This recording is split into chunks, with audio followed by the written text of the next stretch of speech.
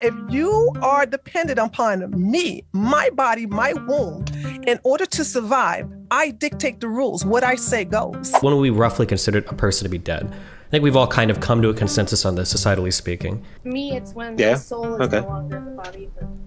Where is the soul at? Your whole argument is Loki's wager. That if I can't pinpoint 100% exactly what consciousness is, you're telling me that it is the same validity as your concept of a soul. If I make a statement that there is a pink demon floating behind you that spins around every time you turn around to look at it, and then you tell me I think that there is like oxygen floating behind you. Neither of us can prove that. Are we on equal ground when we make those statements? Yes, we are. You just don't have sex, and then you'll never get pregnant. Wait, that was not the question. If you just don't have sex, you can choose to never get... Nuns never get pregnant, right? So here's a thought challenge that I would give to both of you.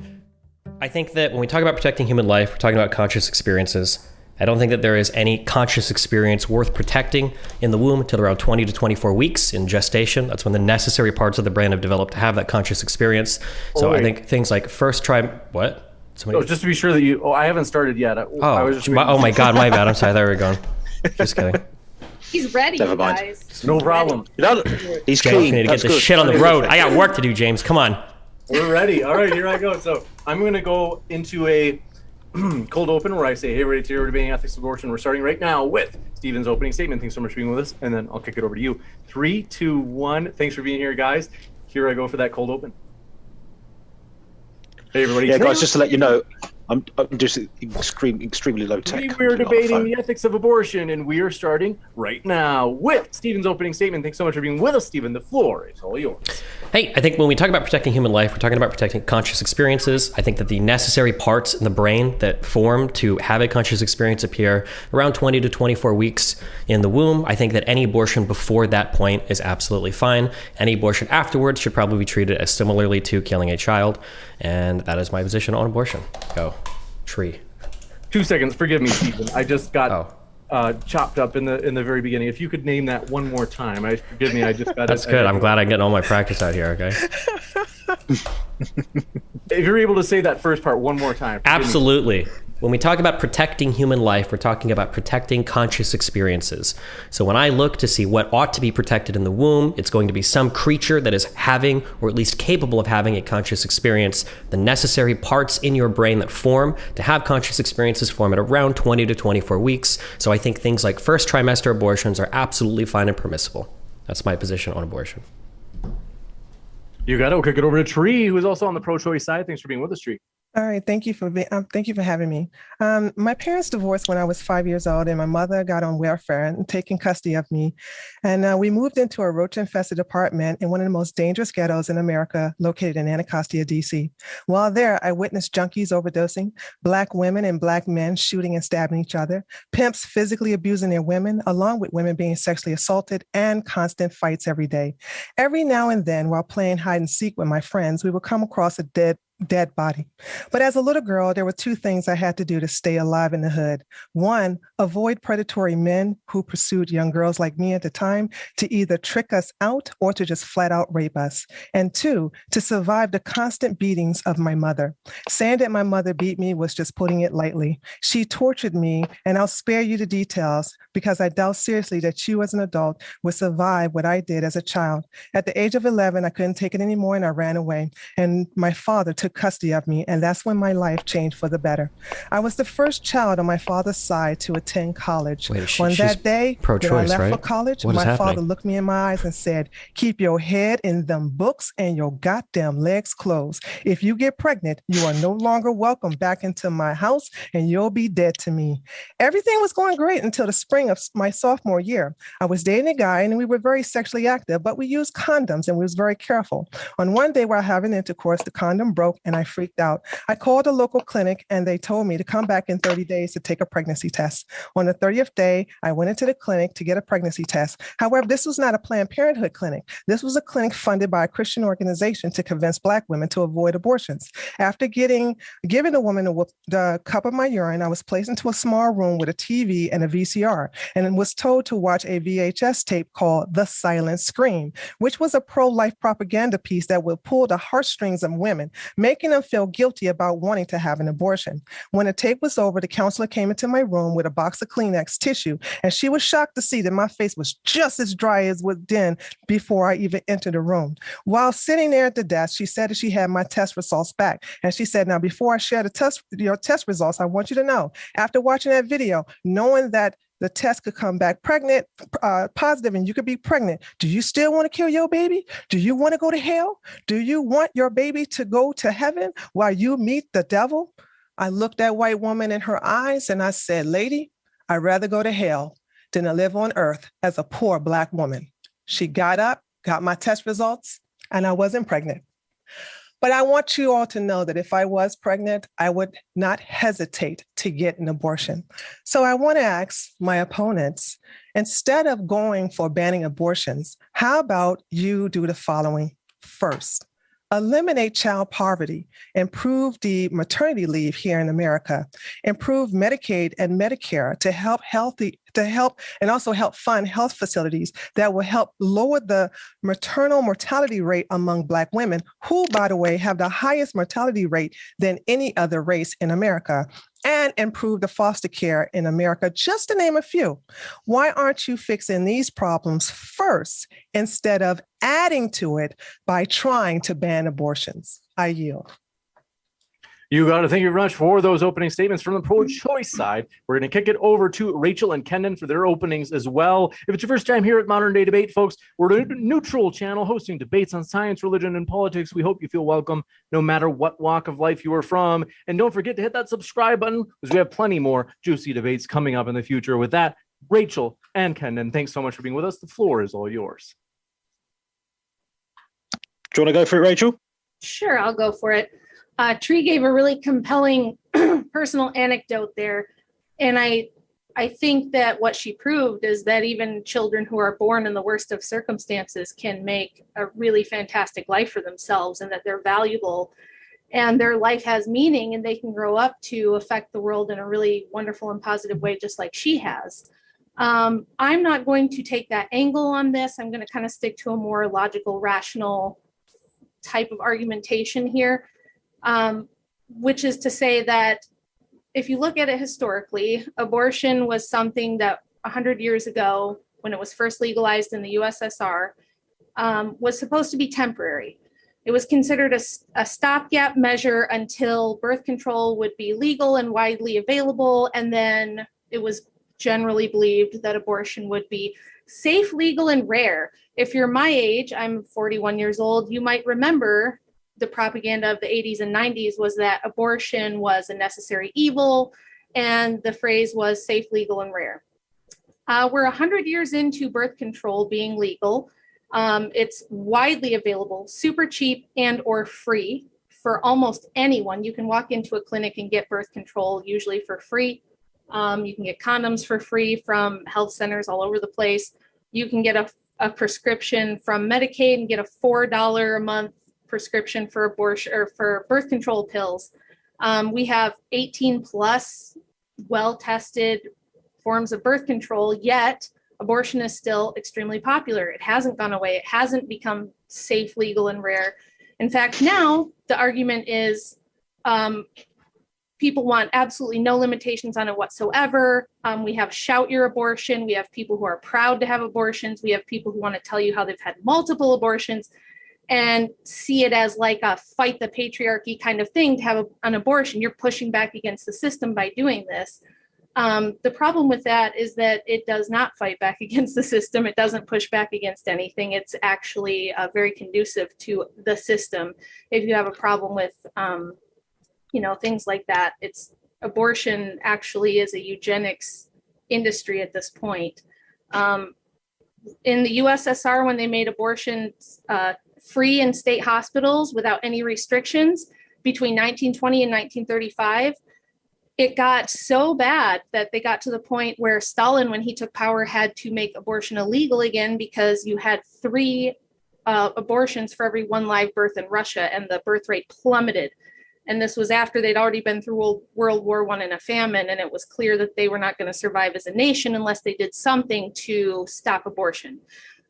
We could easily end up in that situation again if we do what the far left wants or what abortion advocates want, which is it's a woman's choice up until the baby is born. So I don't think there's any historical evidence that abortion is helpful. I don't think there's an argument that it helps babies. This argument that, your life isn't worth something if you're going to be poor or have a really rough time of it. Believe me, we have a lot of sympathy for those situations. I was in situations like that myself. However, there's more to life than that. So my position is that it's a human life from conception, and that you wouldn't have to kill the baby if it wasn't murder. So we'll kick it over to Kendon as well. Hello, everyone. Yes, I'm Kendon Farr.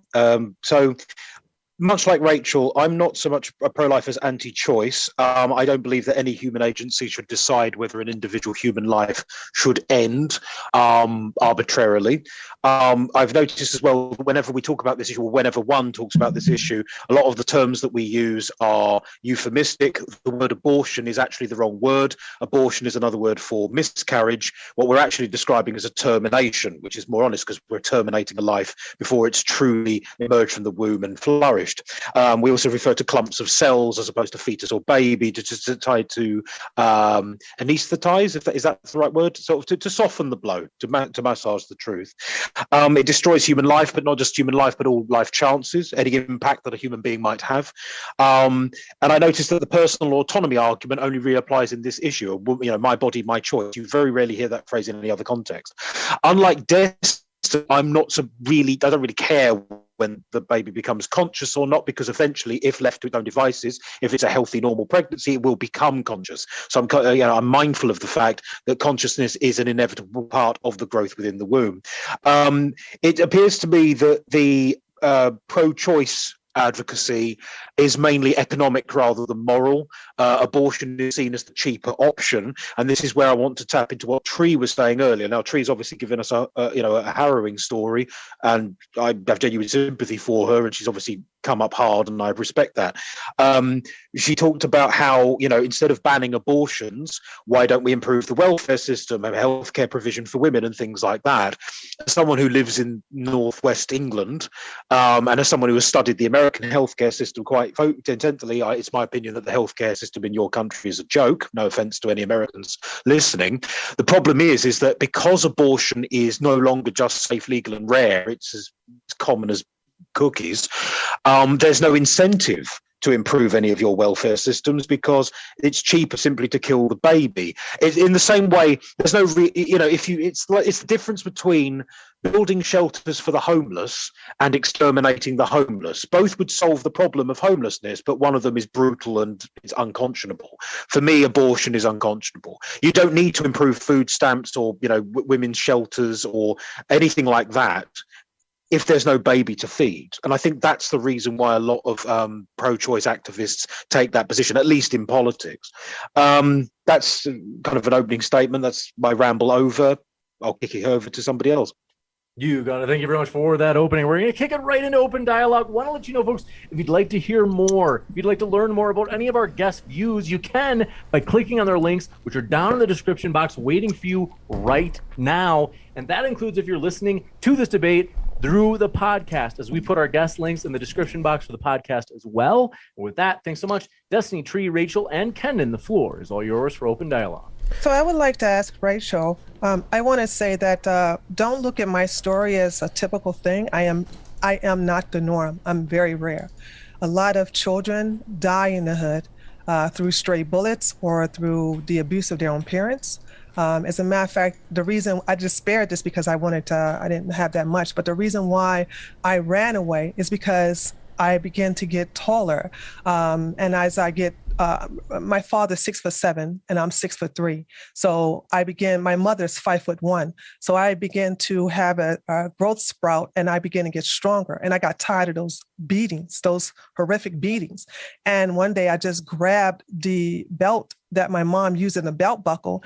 And the way she looked at me, that was like the worst beating I ever got. And I thought she was going to kill me. But in my head, because the ghetto has raised me in such a hard way. I thought, well, I'll kill my mother before she kills me. And I thought, well, because I was a Christian at the time, let me run away. Let me run away so I don't go to jail or I won't die from my mother trying to kill me. Because eventually she said, we have a thing in the Black community that Black parents tell to their children, I brought you into this world, I'll take you out. That's how they feel. And it has happened many times. So don't look at my situation as something that's the norm. It's not the norm. Also, I want to address your argument in reference to birth control. Birth control has been going on for centuries. You're pagan, right? Somebody was telling me you practice a pagan religion. Rachel? No? Sorry. Oh, no, I'm Orthodox Christian. Okay, you're Orthodox. Oh, Mm-hmm. well, that makes it easier. Well, why is it that God is allowed to kill babies, but I'm not? Well, to address your argument here, just because, your story is very emotional, it's very harrowing, but we can't base an entire debate of ethics over, my personal story, yours, Destiny's, or Kendon's. And although suffering is a reality of life, we're never going to eliminate suffering. You're never going to completely eliminate poverty, disease, abuse, or suffering.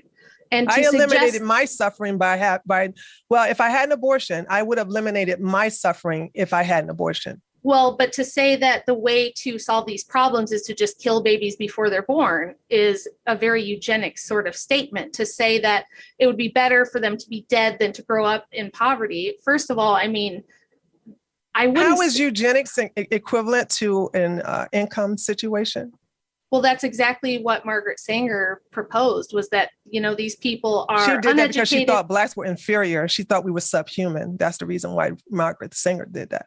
You're making the argument that it would be better for people to be dead than to be poor or suffer. No. And I'm saying that you can't eliminate suffering.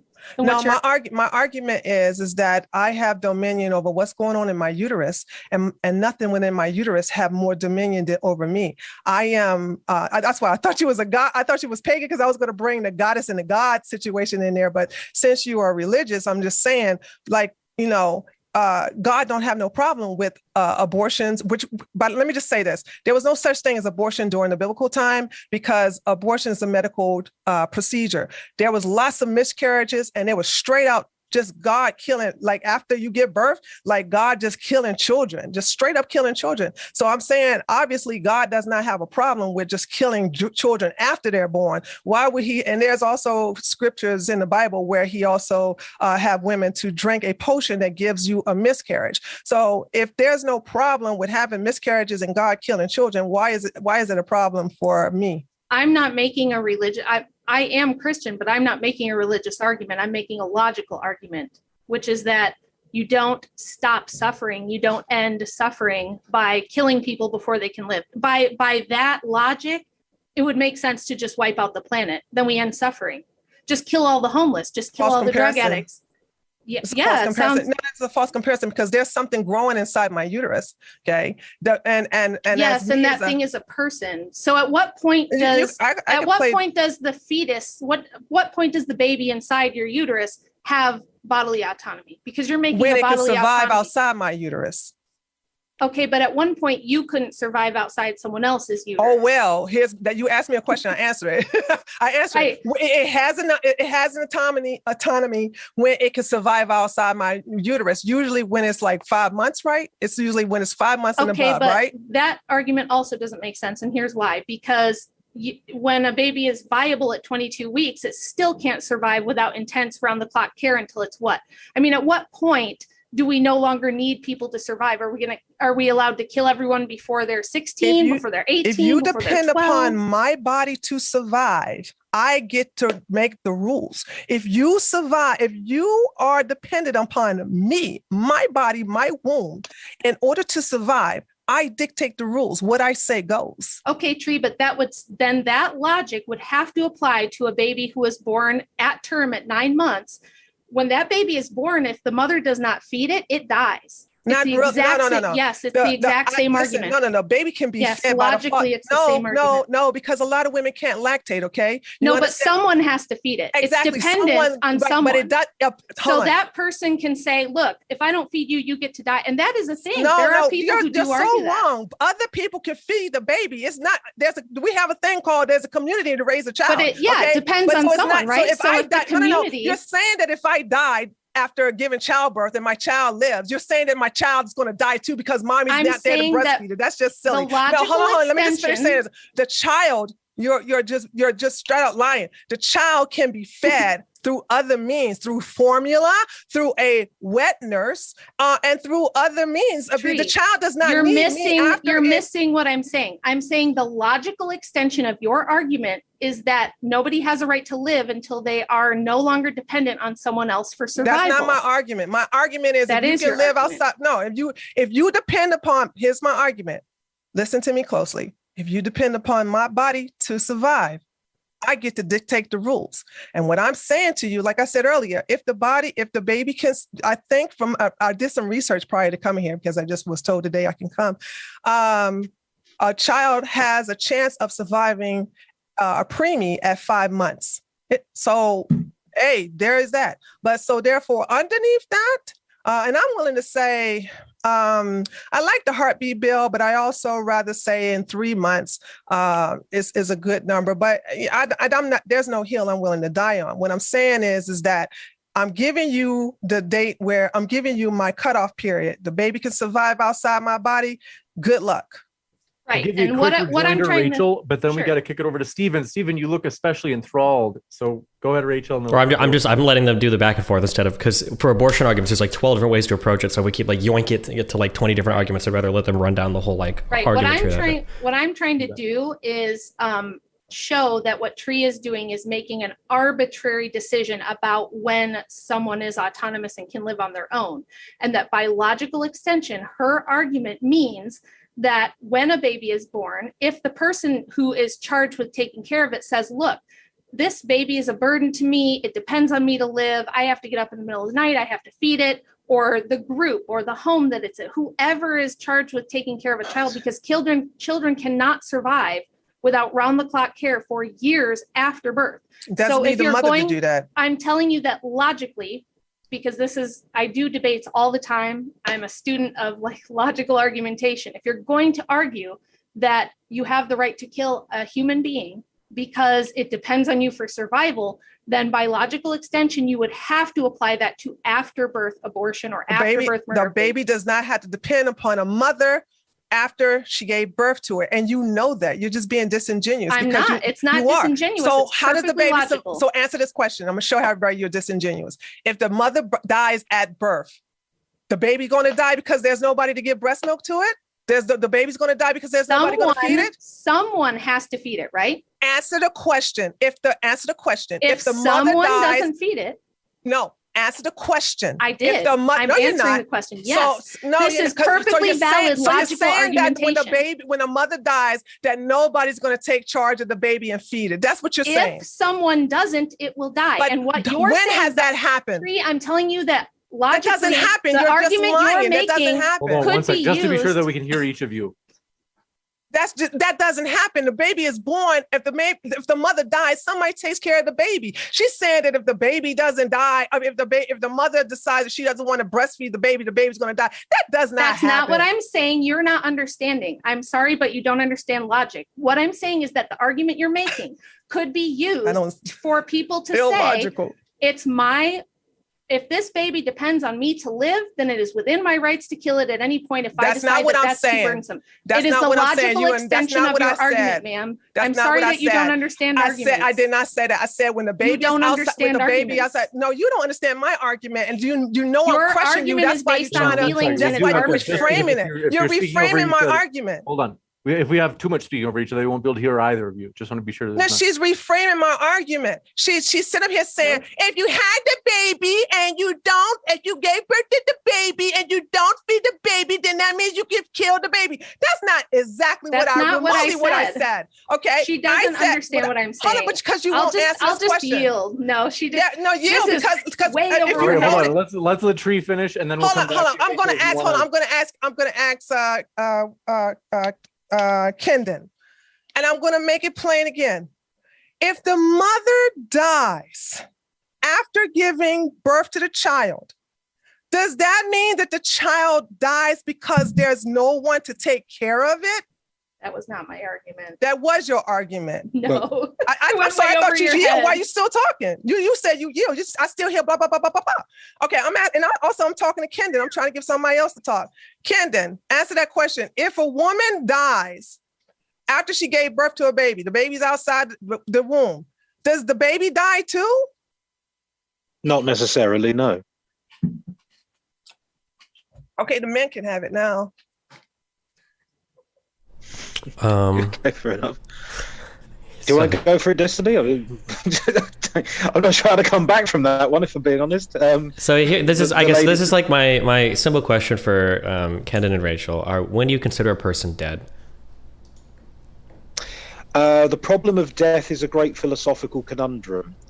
Even scientists find it difficult to identify actual, death. We know symptoms of death. For example, obviously decomposition is the obvious one. But obviously the body doesn't die at once. It dies in stages. There's brain death. There's all sorts of things. So when do I consider a person dead? When they're 6 feet under and they've decomposed so thoroughly that not even a talented doctor could bring them back. So if I were to chop a person's head off and I were to show you the body and it's not 6 feet under yet and hasn't begun to decompose, you would say that person is still alive? No. So with this isn't, I don't think that decomposition, we can decompose as living people. Frostbite might be an example of this. Yeah, this is true. Living necrosis. Yeah, and we're probably dead before decomposition happens. Probably dead before we're buried, hopefully. So so backing up, I think I'll try again. Reasonably, I understand there's a hot philosophical debate, maybe, I guess, around when a person is dead, but when would we roughly consider a person to be dead? I think we've all kind of come to a consensus on this, societally speaking. Yeah. For me, it's when the soul is no longer in the body. But... Where is the soul at? Well, now that's a metaphysical question. That's a philosophical question that I'm sure you're not interested in, because I remember in our previous debate when I talked about souls, you scoffed. So, well, sure, but how do you tell me when do you know the soul's left the body? Let me ask that. If I show you a corpse that's rotted 6 months, do you think that the soul is still in that body? Or if I show you somebody that just had a heart attack and they're on the table, is their soul still in their body? No, maybe. I think I can grant you this without damaging my argument. Let's just say that death is after the heart has stopped and there's no more brain activity. Let's just grant you that and see where it goes. Sure. Okay. I think that's fair. I think before we even get into slide debate tactics, I think people generally agree that death is when you cease having a conscious experience. It seems like that's not happening anymore. It used to be heart death. We found ways to keep the heart going a little bit. And as long as there's some sort of brain activity going on where it seems like you can have a conscious experience, people seem pretty comfortable to say you're either alive or dead based on that, right? If you're in a coma, why do we keep people in comas alive? Because hopefully they wake up. If we think that they're never going to wake up, then we pull the plug. So I think generally we say that death happens at the cessation of a conscious experience. So turning around, I would apply that to the beginning of life. If we don't say that life ends when the body is completely decomposed, when the body is completely destroyed, when some biological processes happen, when we say death happens when a conscious experience ends, well, when I look to the beginning to see, well, what is the start of our experience that we want to protect, I'd probably say it's the beginning of a conscious experience. I think that's the most consistent way to define the parts of life that we're interested in protecting. But like the coma patient who has the possibility of a conscious experience in the future, so does the unborn child in the belly of the woman. So the coma patients, so oftentimes people will bring up this potential of life and they'll make an ontological error where they'll say the potential of life, therefore we should protect it, where they're trying to instantiate all of the concepts that go along, or all of the properties of life, they try to give to the potential of life. But that doesn't really work. We can talk about two different things. We can talk about life, and we can talk about the potential of life, but the potential of life is not life. There is no other category where we would treat the potential of something as something else. The reason why we would protect a coma patient isn't because they have the potential of being alive. It's because they already were alive and they asserted some, hopefully, ability to stay alive, right? If you go into the hospital, unless you filled out a do not resuscitate, a DNR, people assume you probably want to be kept alive. So I reject the idea that because there's a potential of life, it ought to be granted the same ontological properties as a life itself, because I don't think anybody else treats any other category that way. No, okay. Potential of life is not the phrase I should use. It's the potential of consciousness. The baby is still, the fetus is still alive, even if it's not capable of thinking and dreaming and planning its future. Mm-hmm. So the potential of future consciousness developing is true, but there's not one yet. Nothing exists yet to assert itself. There's nothing to regard.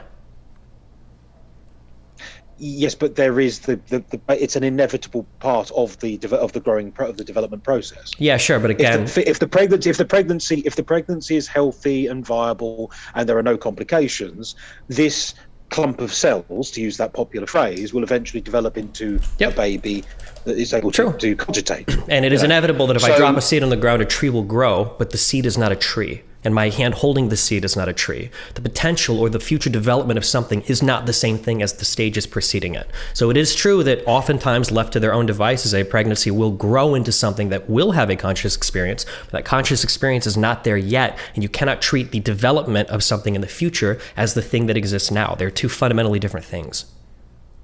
Potentially, but the seed itself, I agree, the seed is not the tree, but the seed is tissue, whereas the sapling, or with the root system and everything, is the organism in its earliest form. So while you might not call the seed with the roots and everything else a tree yet, you would acknowledge that as long as nobody sabotages the growth of the sapling, the tree is inevitable at that point. Absolutely, but there's a lot of statements that are being thrown in now that are, I'm not going to obfuscate, makes it sound really bad, Faye. I don't mean that. But it's clouding the argument, and I don't think they matter. So the seed is tissue. The seed is an organism. A corpse has a lot of tissue. A corpse arguably has more biologically going on than a 7-month-old fetus, which I would say has a bigger right to life than a decomposing corpse, right? But so the presence of tissue, the presence of organs, the development or whatever of some biological system isn't sufficient to say that something is alive, right? It might be one necessary condition, but it's not sufficient. It seems like in order to get that sufficient to be protected as life, we need to have that conscious experience, something that exists, that's asserting itself to exist, and that doesn't exist in fetuses until around 20 to 24 weeks. Okay, well, in response to that point, I would suggest that sufficiency is a matter of personal taste. That you obviously you've drawn the line with the development of consciousness. I can respect that, as long as it's consistently applied, and obviously we'd have to talk and hash that out.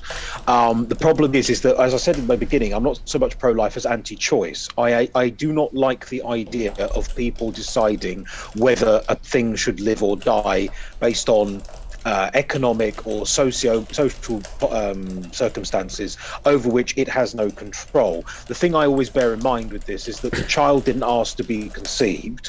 It's growing in the belly. It's entirely at the mercy of external forces that, as you pointed out, in the first few weeks of its existence, it's completely unaware of. The idea that human agencies should be able to decide whether, thumbs up or thumbs down, whether this creature should die or not, opens the door to all manner of horrors. And for this, and I don't want to take it too far off the path. One of the reasons I oppose the death penalty is precisely this reason. I'm not comfortable with state agencies having the right to decide whether this person deserves to live or die. There's one of the big reasons, because I should come clean on this. I used to be a teacher. And part of my high school teacher, part of my teacher training was I was taken on what we call an SEN school, special educational needs. I imagine you must have an equivalent in the United States. And the deputy head teacher. Sorry, I'm sorry. Go ahead. The deputy head teacher, what you would call a vice principal, was taking me on a tour of the building. And he was showing me the work that the kids were doing. And these are kids with severe learning difficulties, severe disabilities. They're learning to tie their shoelaces and make a hot drink. It's very basic life skills.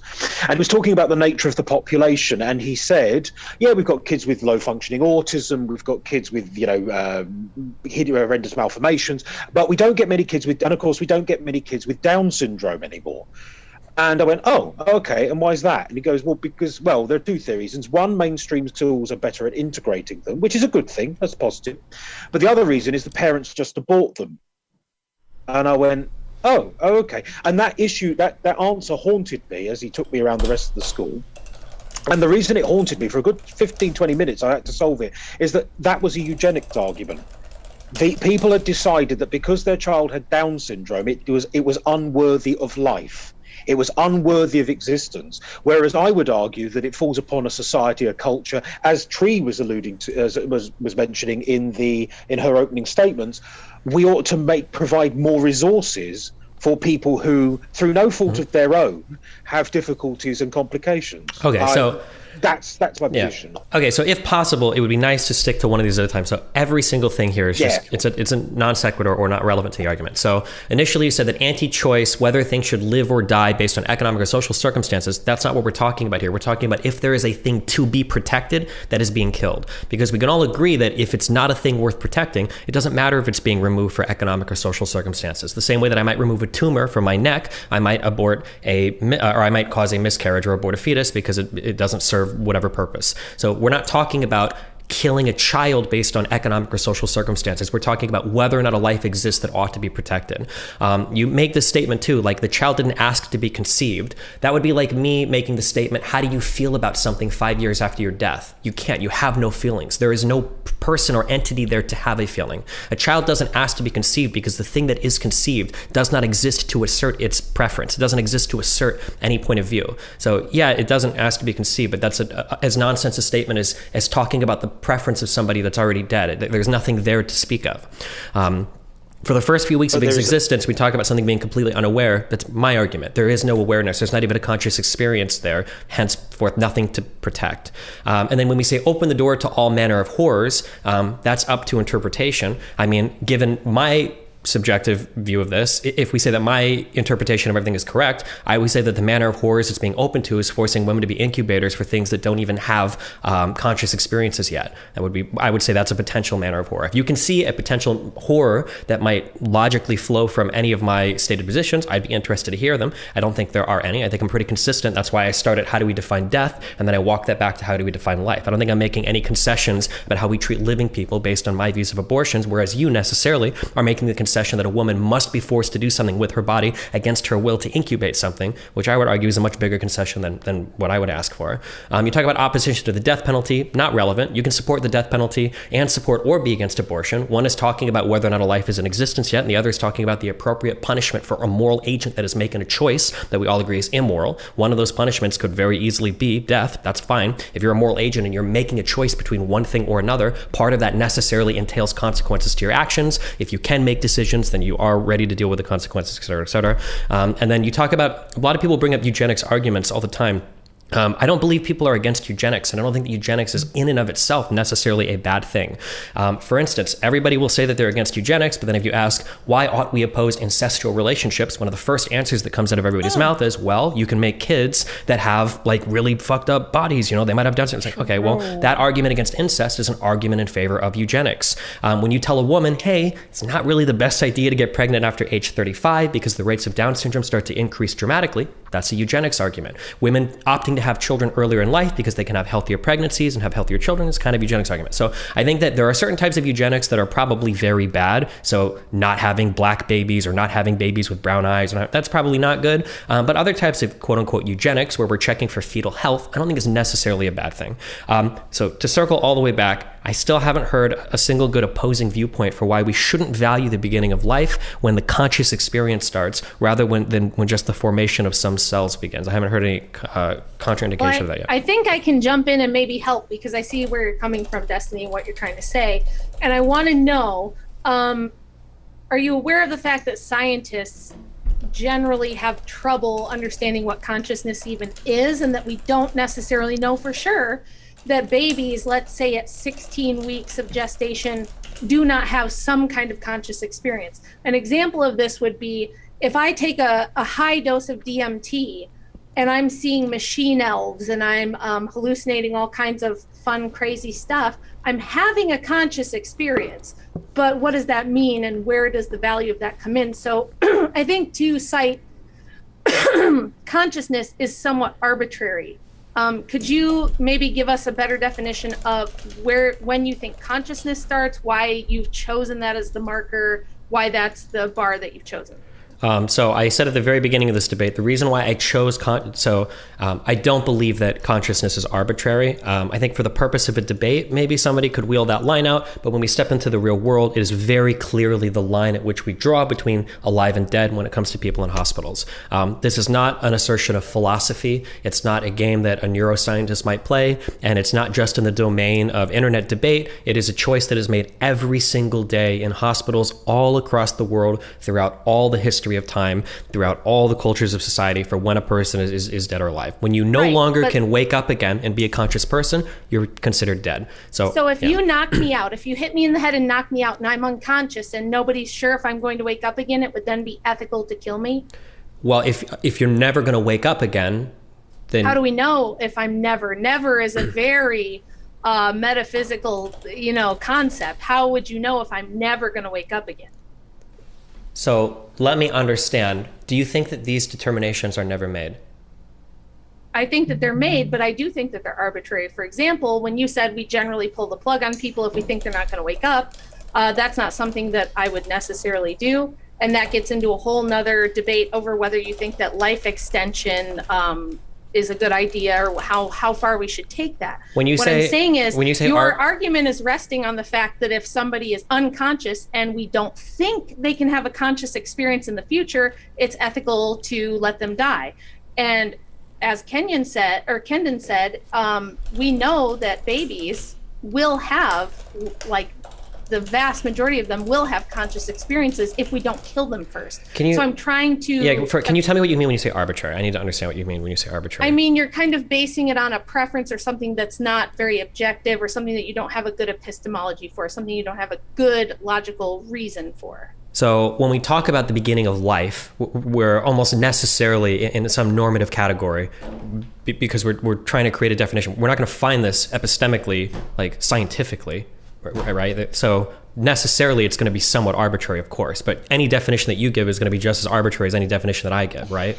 Whether or not we ought to value something as living, that is necessarily a normative position, right? You can't think of any, even if you tell me life begins at 5 seconds past conception or at the moment of conception, I'm going to ask you, why do you value it at that point? And that's when the normativity comes in. You're going to have to justify it. So saying that that's actually why I would reject the idea of using normative ethics, because depending on, the time and the ethos that you are raised in will determine what the normative ethics of the time are. So I don't think that we can use just normative ethics kind of infers like a consensus, right? Well, no, hold on. Can you give me an example? Agree. Can you give me an example, just a very simple, quick statement? What is an example of something about when life begins that you believe is devoid of normativity?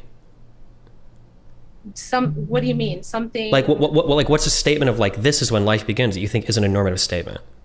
I think we know when life begins, but you're not hinging your argument on that. You're hinging it on when consciousness begins, and I'm asking you to tell me how we establish when consciousness begins. Hold on. So all of us are trying to figure out like when human life, when the thing is like a human worth protecting. We're all trying to figure that out. So I'm asking you, what's an example of a statement that you believe is not normative, isn't a moral statement? What's an example of that?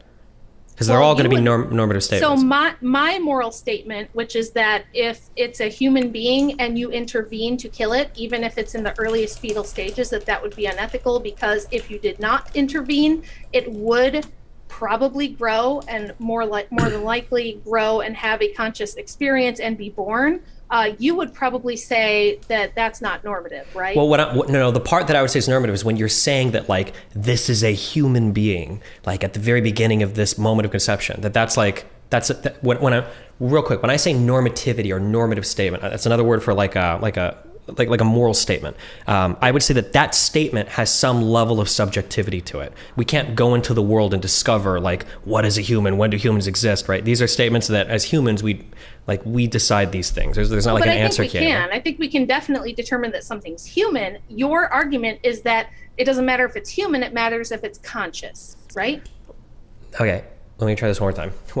What I'm saying is that you can't say that my definition is arbitrary when we're talking about like, when do we begin to protect a life as like a thing that is worth protecting? Because every single statement is going to be somewhat arbitrary by your definition of arbitrary. All of them are arbitrary. There isn't like, this is objectively correct. They're all arbitrary. No, I'm speaking specifically to your argument of when consciousness begins. Sure, that's fine. I'm just saying that they're all arbitrary. So that's not, I don't think that's a good like contention of the argument. But I'm sorry, moving past that one real quick. So you're telling me, if you want to point to the idea that it's hard to draw some distinction between A and B, like when is a person going to have a conscious experience again, like in the coma versus never, and you're going to try to argue that that like, well, because you can't give me the exact answer for this, there's a specific name for this logical fallacy, but I can't think of it. But basically, like if you have two different categories and there's a lot of overlap or blur, and it's hard to distinguish one from the other, you can what? Oh, I thought I heard him say it. Sorry. But yeah, if it's hard to distinguish between A and B, or there's a blurry line in the middle, therefore there's no difference between the two. That doesn't logically follow. For instance, if I point out, let me clarify then. Sure. Let me clarify, because it sounds like we're getting off into weeds. Hold on. Let me finish real quick. We're not getting into weeds. I don't like that you said that. Okay, so let me just finish this quick example, okay? You're trying to say like, oh, well, he could be conscious, could not be conscious. If I were to show you a person and I were to stick a mini micro bomb in their brain and blow it up, and they had no brain left, but they were still like a person looking at you, okay? But their brain was exploded. And then I give you another person who fell asleep, and I say, which one is more likely to become conscious again? You're always going to point to the sleeping person. So it might be hard to tell the difference between one or the other in a lot of narrow edge cases, but you can't use that to say like, well, we have no idea, because clearly we make these judgments all the time about who will become conscious and who won't be. Yeah. Perfect. That's perfect. So tell me when consciousness begins. So it's hard to know exactly when, but it seems to be the case that conscious is an emergent property from several structures in the brain that start to exist and communicate with each other at around 20 to 24 weeks during gestation in the brain of the fetus. So we don't know. Well, we don't know exactly, but what I'm saying is there's no ethical line you could draw where you could say this is conscious now and it's not conscious now, and that's where we can draw the line of where we can abort something. When you tell me that I don't know exactly when it is, what you could do if you wanted to attack my argument is say, well, you need to broaden your range a bit. Since you don't know exactly, 20 to 24 weeks is not good. You should say 16 to 28. If you want to do something like that, then you could do that. But you can't say, because I can't give you an exact argument, that I'm incapable of making that distinction. Very, very, very quickly. Loki makes a wager with some goblins. Eventually he loses, and what he'd wagered was his head. They take him back to the prison. They go to chop his head off. So they lay him over the thing. They pull his hair up, and then they set an axe across the back of his neck, and he says, you can chop my head off, but you cannot take an inch of my neck. You can't take any of it, but you can take my head, but not any of my neck.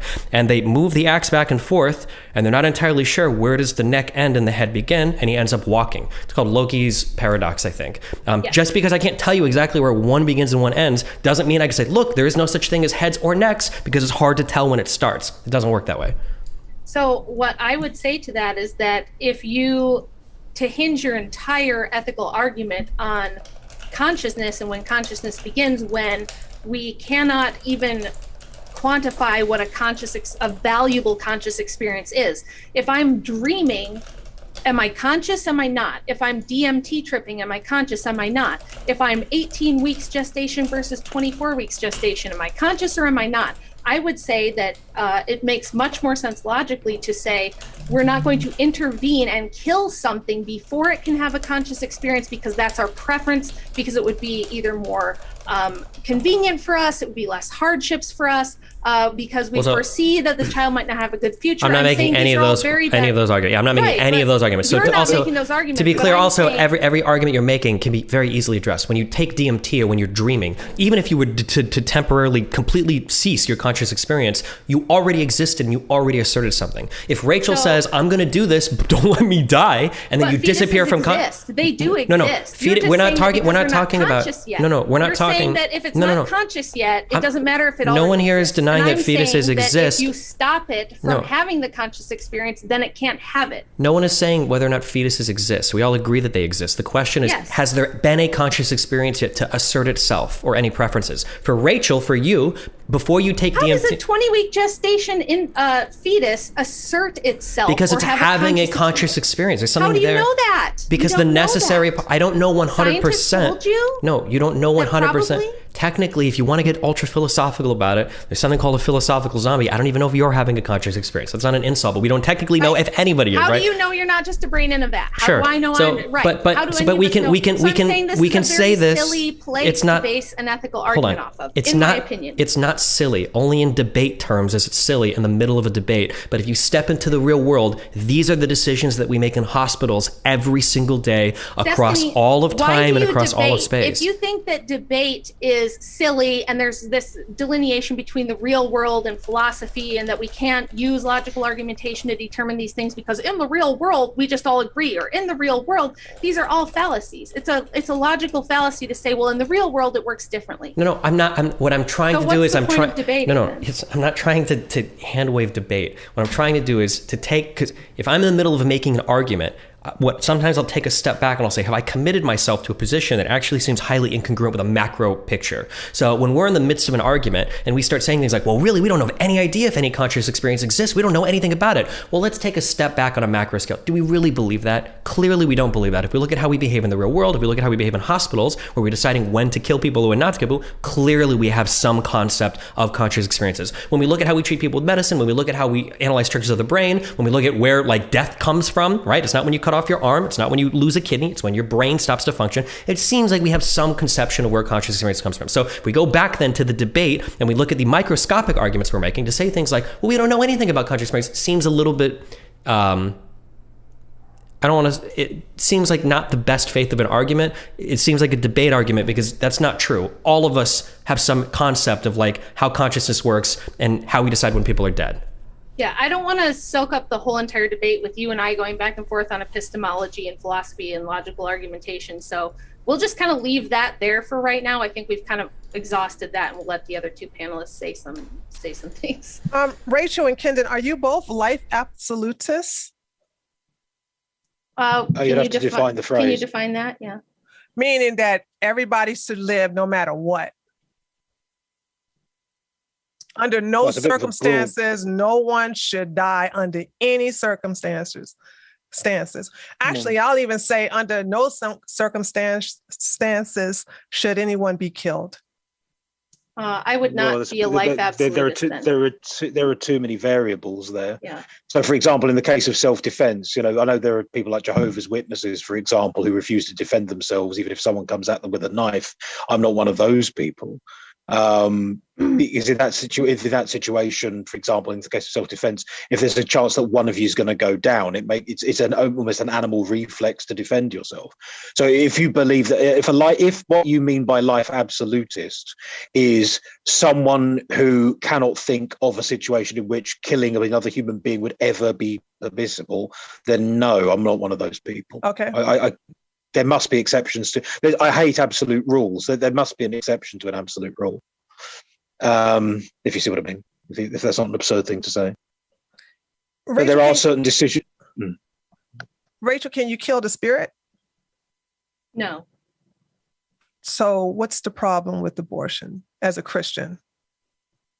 Well, again, I don't know if I want to get into a religious framework, because that's not really in honor of the panel. I don't want to sit here and talk about like theological concepts, because everyone else here besides me is secular. So I don't think it's actually proper to get into God, because then we would have to define who God is, what God, which God. I'll take your definition of God in the Bible. Is that fair? I mean, whatever God you want to say, I'll stand by it. People interpret the Bible differently, even Christians. Yeah, yeah, I was going to say as well that because it would I would argue that not that Rachel needs me to defend her, but it would put her on the spot, because of course any religious argument she makes in defence of the pro-life position can be easily dismissed with because I'm not religious, so it doesn't matter. True, that kind of invalidates the position. That's true for you, Kendon. But when I'm talking to Rachel, I want to see what is the root cause of why she really is against abortion, because if you're saying killing,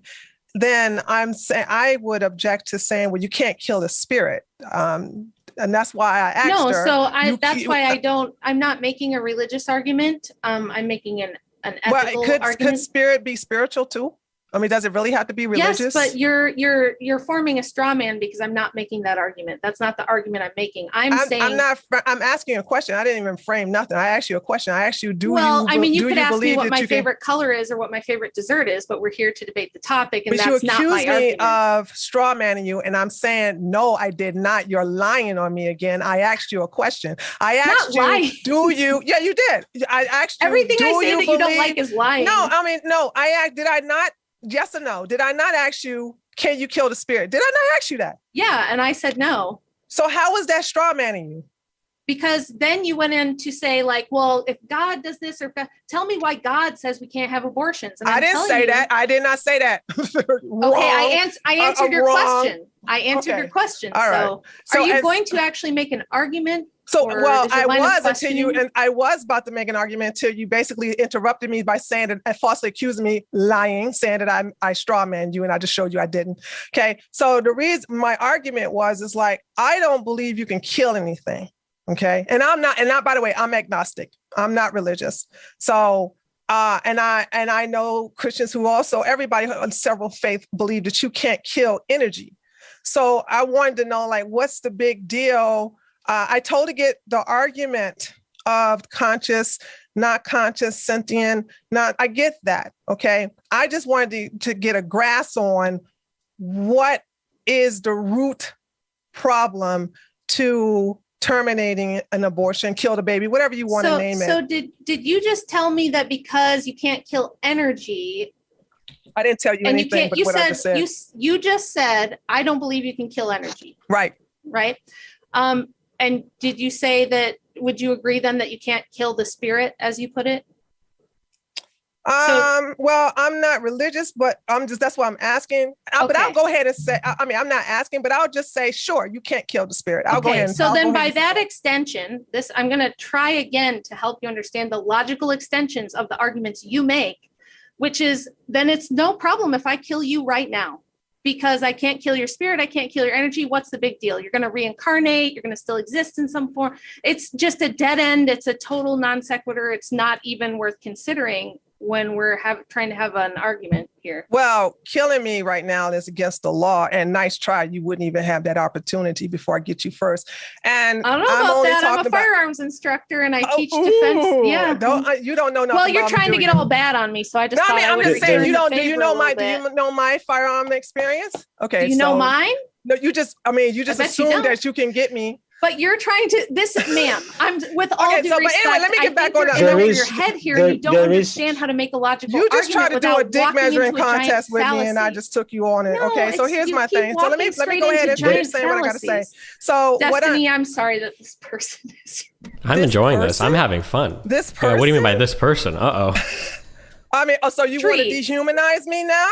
No, I'm saying that you do not understand the basic framework of logical argumentation. You'll take a position that can be extrapolated to something absurd, and you don't even understand when you're losing. No, that's what that is. I'm not reframing anything. And you did it with Destiny. I am following the logic of your position, ma'am. No, you're not. No, you're not. Stop lying again. So, okay, here's my. I want to get back to the argument on what I said in my opening statement.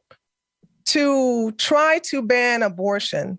It's like a slippery slope. Do y'all want to go to now banning Plan B next? When will it stop? I mean, right now, abortion is legal.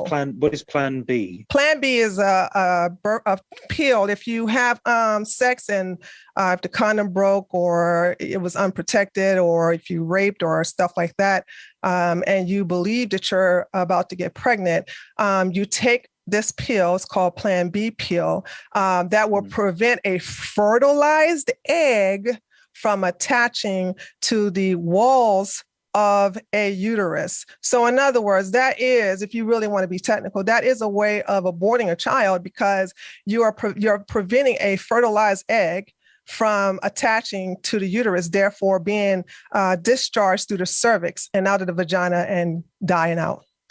The only nuance I would draw there is that if you're still talking about tissue, then it doesn't vex me too much. I'm also rather soft on the topic. Probably I shouldn't use this the way that I'm going to phrase this poorly, but in cases of rape, I understand that because it's not just a physical but also a psychic trauma, and I'm also a coward, I couldn't look a rape victim in the eye and say, well, tough, I couldn't do that. Now, if that's an inconsistency in my argument, then that's fair enough, and people can tear me to pieces if they want to. No. But because I couldn't, so if let's make this personal to Tree, right? I'm going to make this personal to you, right? If you told me that you were pregnant and you were pregnant through rape, I couldn't say, well, sorry, you got to bear the child if you're a rapist. Because I know I can't do that. I don't have the stones to do that. When it comes to that particular scenario, I tend to be rather soft. I'm still killing a child. I'd still maintain that position. Also, when it comes to medical abortions, medically necessary abortions like ectopic pregnancies, that's a non-issue for me, because obviously in that scenario, the baby dies either way. My fundamental, sort of abortion argument, anti-abortion argument, is that, you could draw the line at consciousness, but we don't even know if consciousness exists. You could talk about, the quality of life when it's born, but who's to say whether someone's quality of life, who sets up the scale?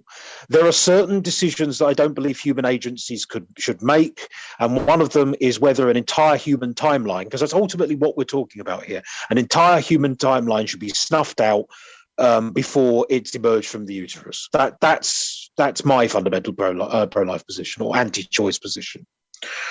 So I don't know what you're supposed to do with that. I've just dropped that there. You can pick it up and do what you like. Oh, well, okay. Well, one last thing. Like I said in my opening arguments, why go for banning? Like I said, abortion is not completely banned throughout the entire country. I also, by the way, I saw your debate. You did very well. And I wanted to address something in reference to this. You didn't say this. It was said to you about back alley abortions. That's not going to be a thing. Okay. We have too many programs. We have too many foundations that will actually pay for women, no matter what state they're in, whether abortion is abolished completely or if it's a heartbeat bill. They will pay for that woman to get a ticket to a pro-abortion state to have that abortion, and they will provide her medical needs as well as her room service and her travel fees. So this whole argument of we're going back to the coat hangers, that's not a thing. So I just want to let you know. Yeah. With that being said, I'm sure that's true.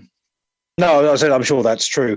Yes, when I was it is true. About my debate with Stardust, even Canada has stated that they will pay for abortions. You have Amazon. You have there's so many corporations out there that specifically stated that they will pay for a woman's abortion. But can I pick up on that, Tree? Is that all right? Sure. Yeah. The reason why in my opinion, the reasons why these big companies, well, there are two reasons why these big companies are prepared to sponsor their employees to fly to, California. Because they don't want to pay for the maternity leave. They don't want to pay for the maternity leave. They don't want to lose. They don't. Yeah. Now, if we're talking about the ethics of abortion, I would argue that that's a complete abnegation of the topic, because what you're doing is what these companies are doing is saying, well, we could sponsor young mothers and make sure they've got diapers and formula and baby grows and things like that, or we could just pay this bitch to kill her unborn kid. That's the cheaper option, and as a corporate entity, that's the decision we're going to make. And that is so callous and cold and calculating. You can it's look actually at history revolting. and see my God, I am still listening to Kendon, and you are butting in Rachel as always. Kendon, can you please finish your argument? I was enjoying you thoroughly before you was rudely interrupted by her. Sorry, please pick up what you were saying. But I was going to say, well, Rachel, I'm sure Rachel was. You haven't really been talking that much, so I would like to hear more of your voice than her voice, if you don't mind. But go ahead. Well, my argument is that the only reason these big companies are paying women to fly to, I don't know, Honolulu or wherever they're going to have these clinics to have these procedures is because it's the cheaper option. And if you remember when my opening arguments, I said most of the arguments for abortion are purely socioeconomic, like someone of your background, Tree, born in hardship, raised by abusive parents or whatever, or callous people. Those are problems we can address. But my argument is that abortion is used as a kind of ejection button. It's like, or the emergency chute or whatever. It's like, right, well, we'll ignore all the social problems that affect. And I realize that you live in a different country. I don't know where in America you are, but I'm in Georgia. Oh, you're in Georgia, right? Well, I'm one of the few British people I know who's been to the south side of Chicago, and I've seen areas of greater New York City that are a bit run down. And I can imagine that it'd be sorely tempting that if you were pregnant and you lived in those circumstances to go, right, well, I can't raise a kid here because I live in a slum, so I'm going to destroy this child. Whereas my argument is that if you deny that option, that get out clause, it would encourage, hopefully, people to provide all of the welfare reforms that you mentioned in your opening statement, such as... Do you really think our government would do that, though? Seriously, our government is shit, okay? Let me repeat your argument back to you, so I'm not accusing of not knowing your logic. You're saying that if we allow abortion to be illegal, this will force, if not encourage, facilities, including the government, to impose upon good Medicaid, good Medicare, and also good programs to help not eliminate child poverty, but relieve it tremendously. Did I understand it correctly? It would encourage them to do something. Okay. Force is probably the wrong verb. Okay, now because obviously because my thinking is entirely wishful. I recognise that the United States, well, it seems to think that all welfare is communism or something, and it's not very keen on it. A blended system of like capitalist economic forces and social welfare provision. It seems like a difficult marriage, a troubled marriage for the United States. But it certainly would encourage it. It would strengthen the arguments for any kind of welfare provision. Whether it actually works or not is something that, well, you're all American, aren't you? You tell me. Whether it actually works or you live there, I'm merely spitballing. But my argument would be is that there is simply no incentive. If it's cheaper to just exterminate human beings before they're born, that's the option everyone's going to go for. And anything like, school sure starts or food stamps or whatever, that stuff will never improve because there's no incentive to improve it. Does that make any kind of sense? Yes. Yeah. So the only thing I was going to add to what Kendon was, sorry, I keep saying Kenyon. I don't know why I'm saying that.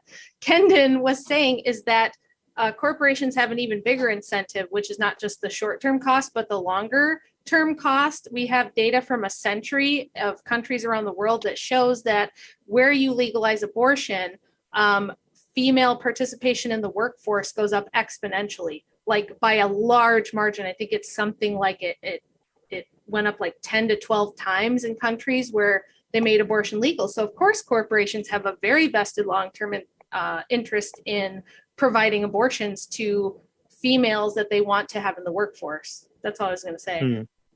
Well, I was going to say, and if I can pick up on that, Rachel, one of the other, you often find that a lot of people who are pro-choice are also anti-capitalist, especially in the United States. They hate the corporatocracy, if that's even a word, that runs the United States of America, and obviously lobbies politicians all the time and things like that.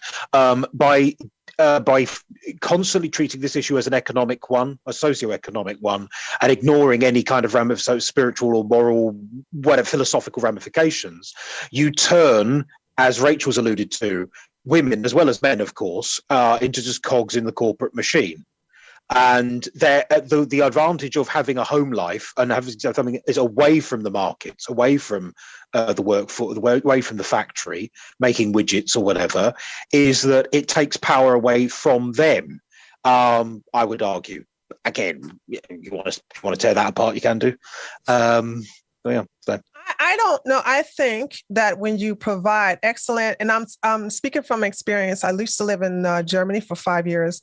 The maternity leave is 2 years. Is it two? Really? Oh yeah. Wow. Oh yeah. Oh, they take care. The Germans are doing it properly then. I'm genuinely impressed with that. Yeah, and it encourages the women to not leave the workforce, but also allow to have a baby. They also Germany also provide them not a nanny, but somebody to come and help, like clean the diapers and sorry about that, my freaking phone, to also clean the diapers and to also help around the house with the mother. So, this is something that should be here. So my argument would be, why not have that here in America first and then start going for the abortion? Well, timing could well be an issue, I suppose, but you could. Why not? But why not do both at the same time? I suppose you could argue. Why not get rid of abortion and improve your welfare service? But the trouble is, as well, I think because Roe versus Wade in your country was. I don't want to say sneakily done because it was done in public, but it was slipped in. Is that the phrase I want to use? I think this has been a hot button. Since 1973, Roe versus Wade was put into place, wasn't it? Since the 1970s, Roe versus Wade has been a hot button issue.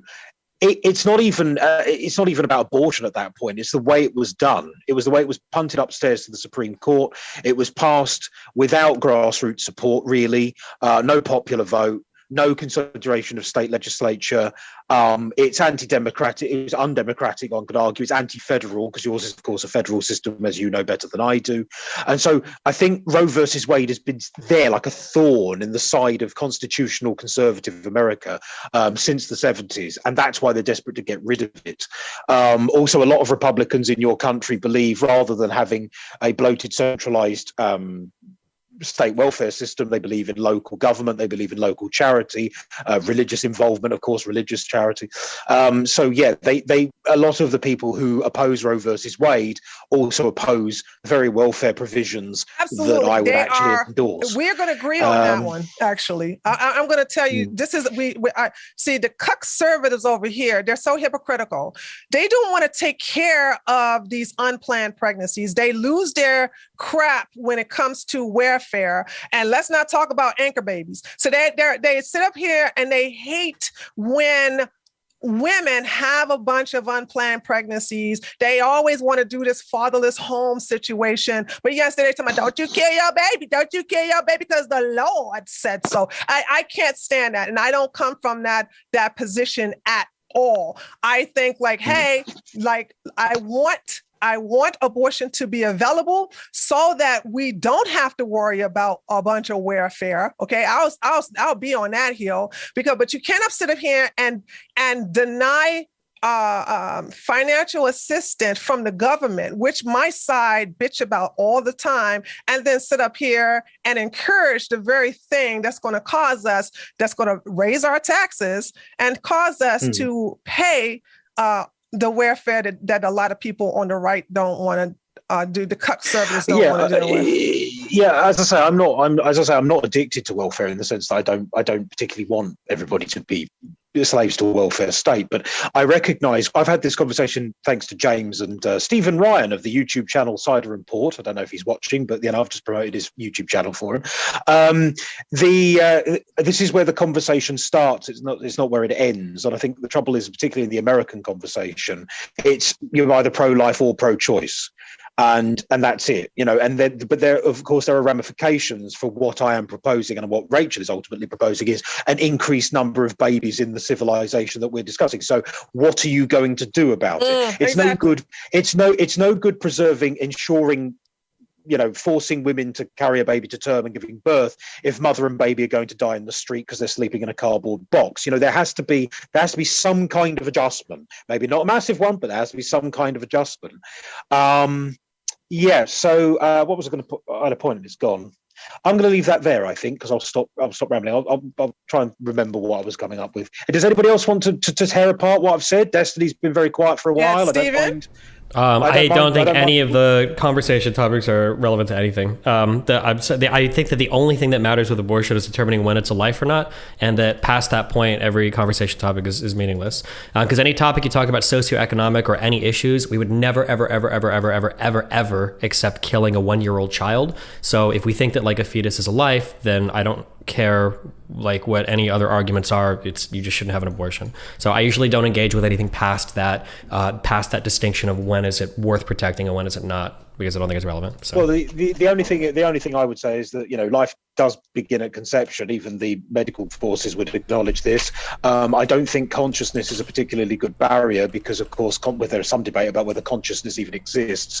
Because the potential of consciousness, like waking up from deep sleep or a coma, exists for most babies. You know, there's very few babies. You know, stillbirths and miscarriages are fortunately rare, and as someone who's dealt, you know, in my private life, you know, I have female friends who have fallen pregnant, who have miscarried, and who have had stillbirths and all sorts of things. It's worth preserving because it's a living, it's an organism at that point. It's worth preserving. It's going to become a baby. It's going to become a human being, and I find that all lines that are drawn about, you know, whether it's a true human being or not are entirely arbitrary. It's entirely down to personal taste, and I don't think that any human agency, whether it's government or religious or social, should have the right to determine whether something should live or die or not based on a definition that someone's written down somewhere, which is obviously subject to revision. There we go. Well, okay, I disagree with every single statement you made. So when we say life begins at conception, sure, there is a life, some kind of life there, some kind of living thing, but we don't protect all living things. We're concerned with protecting human life, right? So when does that thing become something worth like protecting is the question. When we talk, we don't even know if people are conscious. I don't know how to engage with that. I think I've demonstrated adequately that like consciousness is something that all of us consider, and it is the thing that we consider for when people are dead or not. You can keep a body alive for a long time with a bunch of different fancy machines, but if they're never going to wake up, we don't waste the money to do that because there's no purpose in doing that. We don't say that things are worth preserving just because they're organisms. There's a million different types of organisms we wouldn't preserve. When you talk about the fact that it's going to become a baby or human being, it seems like you're acknowledging that there is a distinction between what it is and what it's going to become, and it is not the thing that it's going to become. That's why it's going to become that thing, and you do not have all of the inherent properties of the thing you're going to become when you haven't become it yet. Therefore, there is a distinction there. When we say that it's entirely arbitrary, sure, but that's not a way to get rid of any arguments, because obviously we need to decide at some point we're not going to kill 5-year-olds and say, well, it's all arbitrary. And personal taste also doesn't apply here because we're talking about social values for the entirety of society. We can't say it's in my personal taste to kill 5-year-olds. And to say that the government doesn't have the right to determine if something should live or die, that is probably one of the most important functions of the government, is to protect life. Governments will make rules on whether or not how we can kill each other or who's entitled to live or die based on like certain things. Like you're not allowed to just like dump your child in the street and watch them die, or you have some obligation to take care of children in your house, or you can't just kill your grandma because she's really fucking annoying. So yeah. I agree with everything that Stephen just said, strangely enough, except for the fact that I would not say that consciousness is the thing that we would use. What is your positive argument? What would you say then, I guess? What is, so you can give me a position. So what I would say is it is a human life. That we know for sure. Wait, but I'm asking, at what point do you endow it with like moral consideration? When does that happen? Immediately, like yes, you would have to say conception, and my definition of that would be like implantation, because you don't know if a fertilized egg is going to be, there's no practical why would you say that. Implantation and not conception? Well, because up until it implants, it's not necessarily human life. You can't say that so are you in favor of like cell division is happening or things like that? I mean, because you just won't know. Like, wait, hold on. Let's say that we take an egg from a person and we start growing it in an incubator. Is this never going to become a human because it didn't implant in a uterus? Or? Oh, well, that would be an exception then. So if we did do that, then yes, it would be a human life. Okay, then are you in favor of also Plan B, since that prevents implantation? I'm not really in favor of Plan B, but as a legal, so wait, you have to say why. Right. I'm going to say why. Yeah, I'm going to totally explain why. So there's a difference to me between the ethical argument and the legal argument.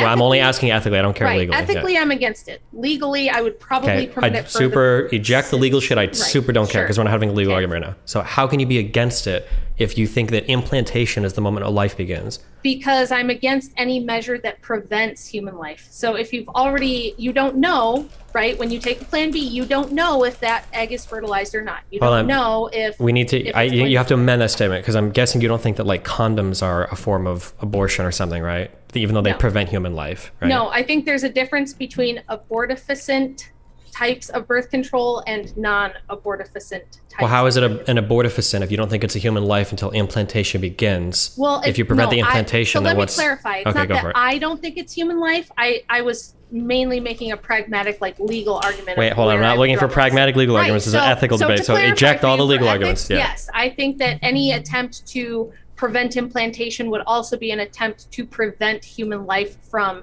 continuing its natural Sure, but if we're saying that preventing implantation is in and of itself immoral, then implantation can't be the point at which you say it's endowed with some moral consideration. It must be the moment before then. It must be conception then, not implantation. Implantation is just another step on the journey to becoming a fully fledged human being. Yeah, this is kind of that's consistent. Yeah. Right. This is the conundrum of what to do, is because people want to have sex ever since women's liberation. Well, hold on. Don't care. That's not relevant to the conversation. A lot of people also want to kill their fucking kids. I have an 11-year-old. I'll be honest about that. But that doesn't make it a moral right. It doesn't mean we can do that. Say that. Okay? That's horrible.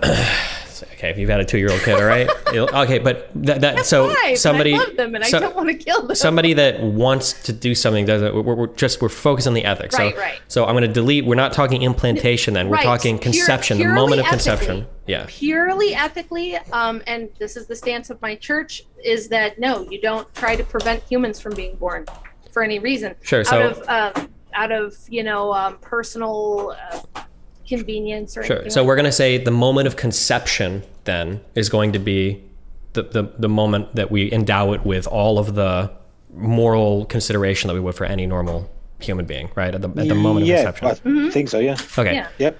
So, okay. If we have that figured out, why? Why? Because, as you said yourself, it's a human life. I don't base it off of conscious experience, because I think that's you get into some really subjective territory. Okay, do you think that like a corpse should have the same protections as a fetus? Do you think a corpse is alive? I don't, but your definition is that it's a human life. I don't know. What is a human life to you? What does that mean? Well, okay, a human life would be if you can see cellular activity, and so bacteria is alive, right? I'm not trying to equate human life to bacteria, but I'm saying we know that an embryo at any stage is human life. It's alive. If it wasn't alive, you wouldn't have to kill it, which is that's my whole problem with abortion. People want to say like, oh, well, you're not technically killing it because blah, blah, blah, blah. But you wouldn't have to kill it. Okay, hold on. So that argument is total nonsense. No one is saying that you're not killing anything. What's being said is you're not killing like a human life that has moral consideration. Obviously, there's something to be killed. But a lot of people will say there's not a lot of people in the call right now. It's just me, though. Okay. Right. Okay. So saying that like, well, if it's alive, you wouldn't have to kill. We don't kill human life. No. Sure. Obviously, by definition, we don't kill human life, or most sane people should say that, right?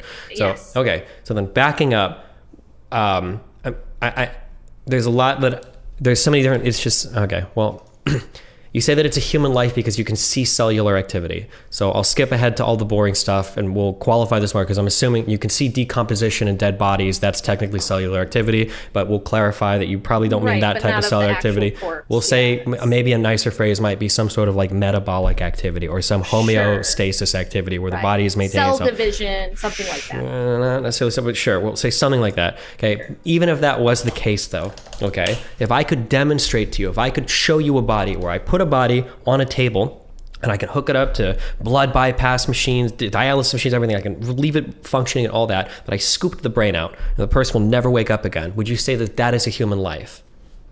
No, because, well, here's the distinction. I think I can help you with this. We're talking about intervention, right? We're talking about human intervention. Wait, no. I'm trying to figure out what it is you're protecting. I don't know what that. Life. That's what. Human It's life, not life. right? It's not human life. It's something more than that because a decomposing body is human life. I'm trying to figure out. It's not though. How is a decomposing body human life?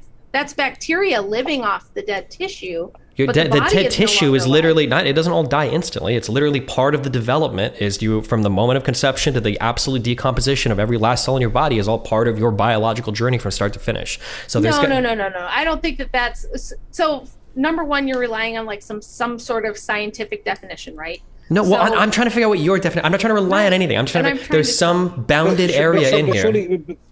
But surely, if a human being is dead, if the bacteria are feeding off the dead tissue, the tissue is breaking down. That's happening in your living body right now. Bacteria feeds off of tissue. Right? That's true. You're saying if we could take all kinds of crazy measures to animate some kind of dead corpse, hold on, wait. I have to. Wait. I can't let you poison the argument with words like that. Crazy arguments. There are bodies that can be kept alive almost indefinitely that are in like long-term comas in hospitals. That's not crazy. That's not far out. No. Not only is it not crazy or far out, there have been very real medical debates about this in the United States. I'm sure you remember Terry Schiavo, right? Yeah, these are huge issues that people talk about. So these are not crazy things. These are very real, very grounded, very pragmatic issues we deal with. Okay. Granted.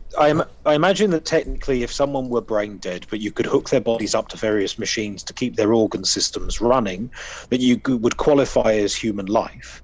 However, if the patient, let's use that word, if the patient were brain dead without the possibility of recovery, and therefore without the of consciousness and all the rest of it, of going into the world and impacting human society in hopefully positive ways, you could argue that switching off the machine and then harvesting the organs for donation wouldn't make much of a difference. But at that point, because it's on the downward trajectory at that point, if the person has reached physical maturity, they've suffered a head injury, they're not going to experience consciousness again, etc., etc. They're on the downward slope. We don't no. I think that whether or not something is alive, we view fairly binarily in a binary manner. We don't say that since you're on the downward slope, now we're going to kill you. Like grandma's on the downward slope, we're not killing her, right?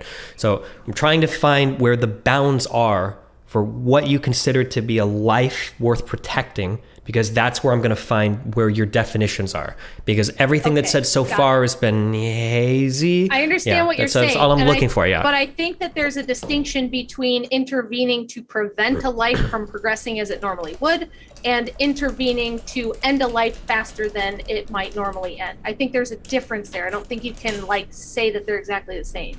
Sure, those are different things, but it's not relevant to what like intervening to prevent what or ending what. Why do we keep talking about corpses and how long we're going to preserve life versus the conversation about abortion is about people stop. The whole reason you have an abortion is to prevent that human being from further developing into.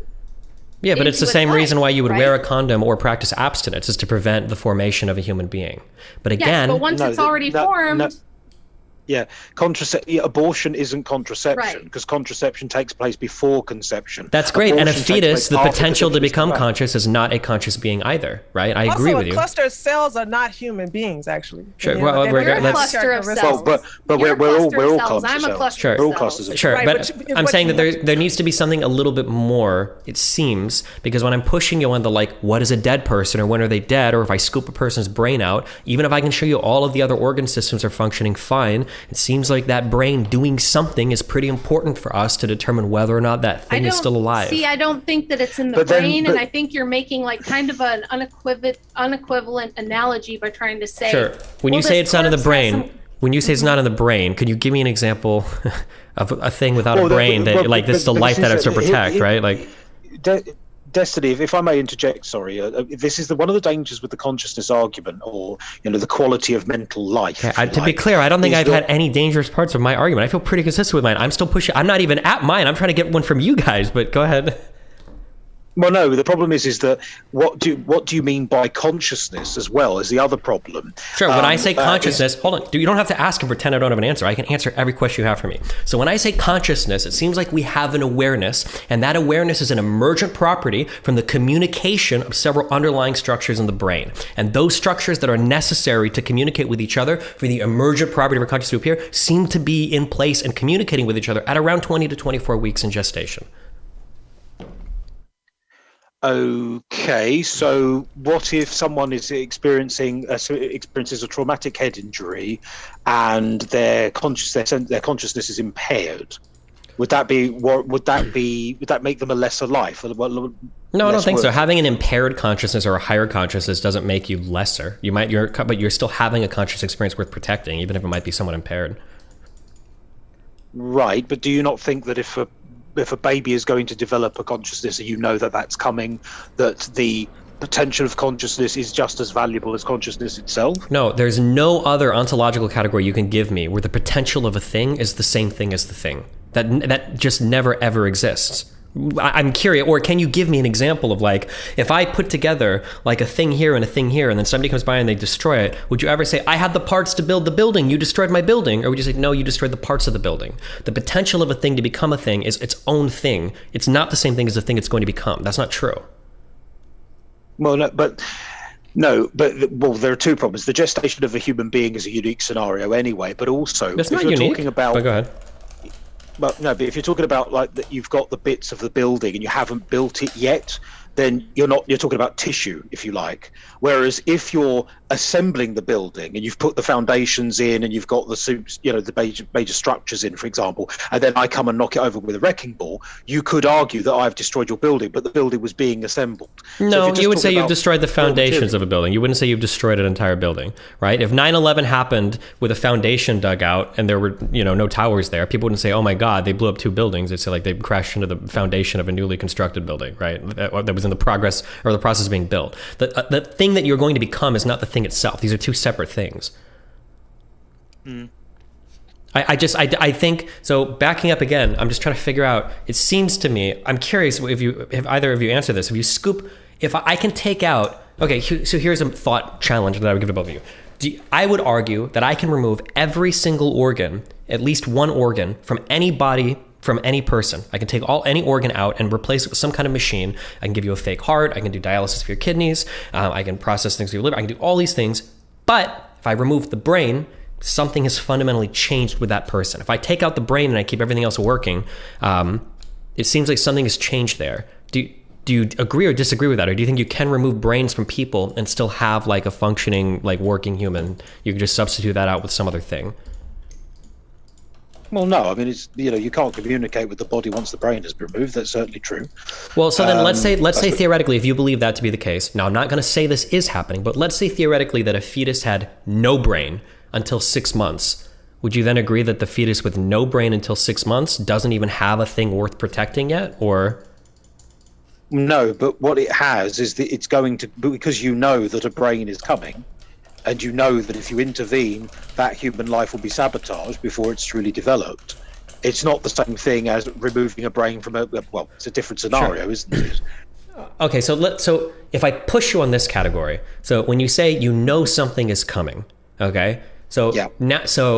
Now you're not protecting a particular thing. It seems like you're making the concession that the thing in and of itself is not really worth protecting, but it's going to become something that will be worth protecting.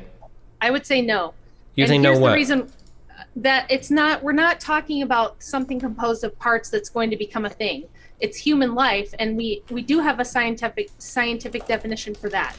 When you have human life, you have things like cell metabolism, you have reproduction of cells. That's not something you have in dead bodies. That's just not true, okay? Your hair and your nails will grow for, I think, maybe weeks. At the very least, it's days after death. Actually, I think I'll just that's a myth. That's a myth. Yeah, that's a myth. The tissue shrinks. It's the illusion. It's not that the tissue is growing. You don't have cellular reproduction and division going after the body's dead. Okay, that's not sure. Maybe you don't. Even if that was the case, if I can give you a healthy body without a brain, where the cells are still metabolizing and everything, it sounds like you guys earlier said that you wouldn't agree that that's like a living body worth protecting. Well, again, you're talking about this is not analogous, right? To say, okay, there's a human life, it is taking its natural process. It is already a human life, and now we're going to talk about there's a body, and we're going to do all kinds of scientific Frankenstein stuff to to keep it alive without brains or alive without organs. These are not analogous. Okay, hold on. We're talking about intervention. Nothing here is analogous. We're not talking about intervention. We can't even have that conversation yet, because I still don't know what you value in a human life. The reason why I'm asking these hypotheticals is I'm trying to figure out, because however eager you are to attack my definition of conscious, you've given me nothing yet. Your position. I can give you something right now. But just be careful, because you keep saying things like human life, cell division, blah, blah, but anytime I've tested any of the examples you've given with a hypothetical, you're saying asking scientific questions with your hypothetical. No, wait. I'm not. None of these questions are science. Human life is intrinsically valuable in and of itself. It doesn't have. It doesn't have to already meet certain criteria that you're arbitrarily putting in there. It is human life, and the purpose of abortion is to come in and prevent human life. It's to come in and kill the human life. Okay, but preventing human life isn't all wrong. That's what I'm trying to get a simple, narrow definition, because you would say condoms aren't wrong, and that's okay. Steven. It's something that's sperm are already sperm are already alive. So there's something else that's happening here. Tissue. No, sperm is tissue. Yeah. The ovaries. Tissue is alive. Your body, the tissue in your body is alive. What do you mean? It's not a human being. You have to have both. Yeah, but neither is a fetus. A fetus is not a human being. It is a human being. Define human being. Now that was going. Stephen beat me to it. Define human being. Well, that's what I'm trying to figure out. I'm trying to figure out what is like that when we say human being. Like, when does the life become that thing, that human being that's worth protecting? At conception. At conception. Okay, and then because it now has both sets of DNA from the sperm and the egg. And it is in the process of growing. It's already a human. It's already established. And if you didn't intercede to kill it, it would continue to develop. And it's already human. Sure. It's just going through. So you kill a tadpole, you're still killing it. Okay. It doesn't matter. But would you say when you kill a tadpole, you kill a frog? Yes.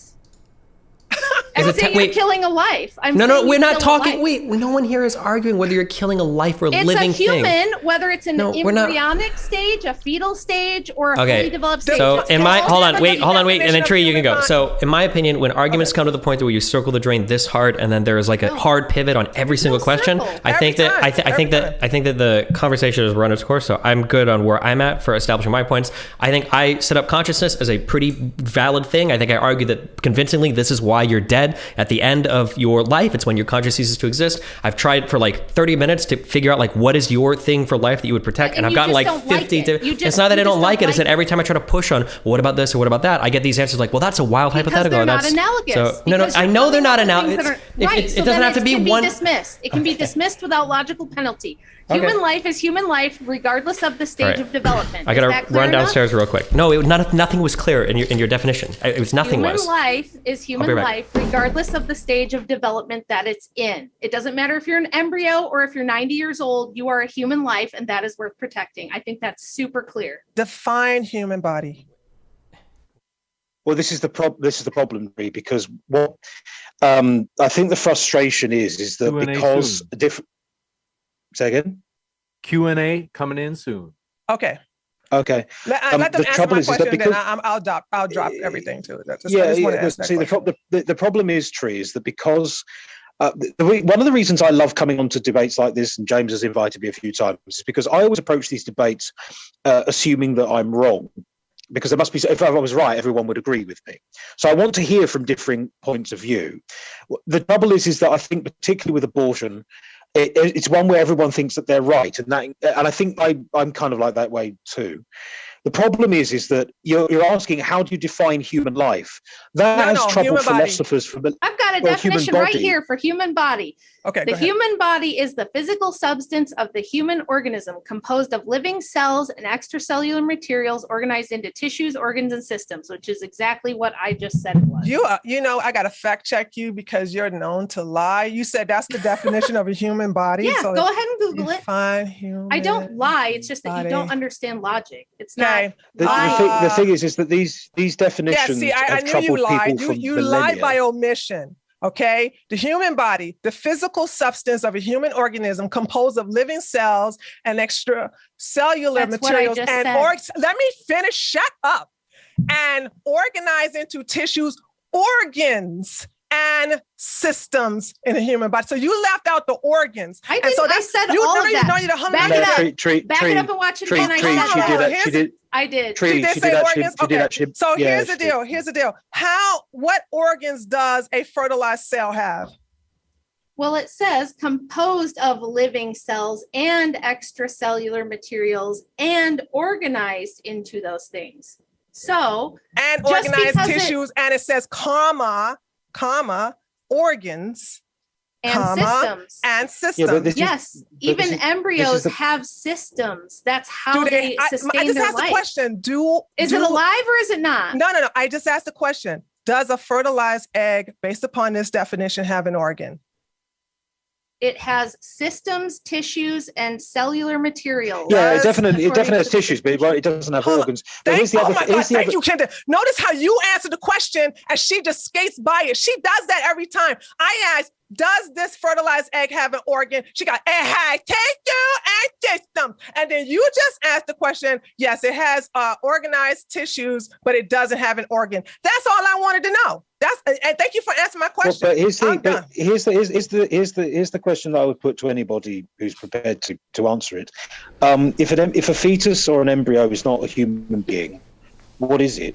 It's a human fetus. I mean, well, okay, but it's still human. Yes, it's. I mean, a tadpole is not a frog, right? A sperm, like it's like one stage. Like a corpse is a human corpse. A body could be a human body. A fetus can be a human fetus. Like we can talk about like the biological body that exists, but it seems like the thing that we value, that we treasure, that we're trying to protect is the conscious experience. That seems to be the thing that we're aimed at. I don't agree. Okay, that's fine that you don't agree. I know you don't agree, but you guys never gave me a good But you haven't given a good reason why that needs to be the thing. What if I believe that all human life is valuable, that there's a soul in the body at conception, in the embryo at conception, there is a soul, and that you don't have any better. Then I would ask you. I would ask you. I absolutely would. I would ask you, where is the soul? It's not something you can it's not something you can physically locate. Then if it's not something that I can measure, I have no. There's no way. I can't be measured either. It absolutely can be in some ways. Yes. In some ways. See, you had to qualify that because we don't. This is something that's hotly debated. It's no. Hold on. This is your whole argument is Loki's wager. That if I can't pinpoint 100% exactly what consciousness is, you're telling me that it is the same validity as your concept of a soul, which has no physical manifestation whatsoever. Right. I'm saying. I'm telling you that if you're going to employ debate terms and rational and logic and all that during this conversation, you have to understand the absurdity of saying that since I cannot give you a concrete 100% like analysis of where this particular thing is, that that very concept becomes equal to every other absurd thing that I can possibly think of. That is ridiculous. I understand that you don't like it, but what I'm saying is that we're on equal I'm not ground. saying that I don't like it. I'm telling you that we're not on... I'm saying that consciousness versus the soul, we are on equal ground. You can't unequivocally prove in some sort of, you like to... Okay, if I make a statement that there is a pink demon floating behind you that spins around every time you turn around to look at it, and then you tell me I think that there is like oxygen floating behind you. Neither of us can prove that. Are we on equal ground when we make those statements? Yes, we are. Okay, I rest my case. That's it. Okay, I rest my case. We're absolutely not. But if you think we are, then I understand more of your argument. This may be a good time for Q&A. If you happen to have questions, folks, we have got to move fast because we have a huge list already. We're going to move fast. In the meantime, I want to remind you our guests are linked in the description such that if you want to learn more about their views, you certainly can by clicking on their links below. Al Dan, thanks very much, says murder is a legal term. Laws reflect interests of the state. How does abortion hurt the state? It's murder only if those who live fear for their life. Well, murder just means unlawful killing. So technically, if anything is permitted by the law, it's no longer murder. Abortion doesn't threaten the state, and I don't think any one of us made that argument.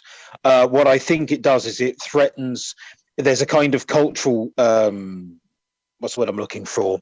A kind of the social value that we place on other human beings. That would be the only argument. But abortion doesn't threaten the state at all. In fact, the state would like pregnant certain women, particularly if they're poor, to kill their unborn sponges to reduce the burden on the welfare state. So you could argue that abortion is something that the government would be rooting for. I just don't think that it should. You got it. This one coming in from Didymus says, owing a baby resources is not the same as owning it your literal body. By Rachel's logic, stealing is the same as rape. What? Stealing. Okay. What? I'm trying to wrap my head around that one. I'm not sure. This is again people not understanding that if you're going to make the argument that, hey, this thing depends on me for survival, therefore I have the right to kill it, that you can logically extrapolate that to say that children who are 1-year-old, 2-year-old, 6-month-old, depend on me for survival. How dare they? They have no right. Therefore, I can kill it. And there are people who do make this argument. I think the problem is that there's a fundamental difference between saying somebody that's wired to and growing inside of your body is going to be fundamentally different than an external being that exists, whose responsibility for life can be shared upon a bunch of people that are volunteering or being paid to do the work. Wait. When you say that might be, what I'm saying is I am totally breaking the analogy. For you to say that everything I was saying earlier was disanalogous, your comparison is disanalogous. To say, hey, would you want to take care of my 3-year-old son? And you're like, oh yeah, sure. And then they knock you out and you wake up and all of a sudden you're hooked up to a dialysis machine where your kidneys are, and they're like, oh, well, you said you'd take care of it. It's the same thing. No, it is totally not the same thing. It's a responsibility argument. No, it's not a responsibility argument. There is fundamentally a difference between somebody being hooked into and relying on your body versus somebody that could be taken care of by multiple parties that are being compensated for doing so. Everybody here understands that it's super, super easy. It's not like Invasion of the Body Snatchers. This isn't Alien where a baby just jumps in your body and takes it over and it's like some kind of parasite succubus, right? We all understand how babies are made. We all understand how to avoid that. Sure. So now when you say that, what you've basically admitted is you've conceded every part of your earlier argument. You said, okay, it is fundamentally different, but don't you in some ways consent? Don't you consent to that baby kind of taking over your body for a while? Which, by the way, that's not a bad argument, right? There are arguments to be made, but by making that argument, you've conceded there is a difference between something growing inside of you versus a bunch of people being able to share the responsibility of taking care of an external created being. Those are fundamentally different things. But you also can't say that there is no analogy, that it's not a logical extension. I'm not saying the two things are completely analogous. It is a logical fallacy. It is a logical extension to say that if this life depends on me for survival, I have the right to kill it, then people will and do make the argument that, okay, what about a 2-week-old baby? So the problem is you've created a slippery slope, to use the term. You've created a slippery slope. Might be, but it's still valid. No. You've created don't like it, but it's so valid. I can explain why it's not valid. So you've engaged in a slippery slope fallacy because you're saying that you've created one circumstance and you're saying that it will lead to the second. The first being no, that's not what I'm saying. Hold on, I didn't even say what you're saying yet. She's so rude. Just interrupting. No, stop.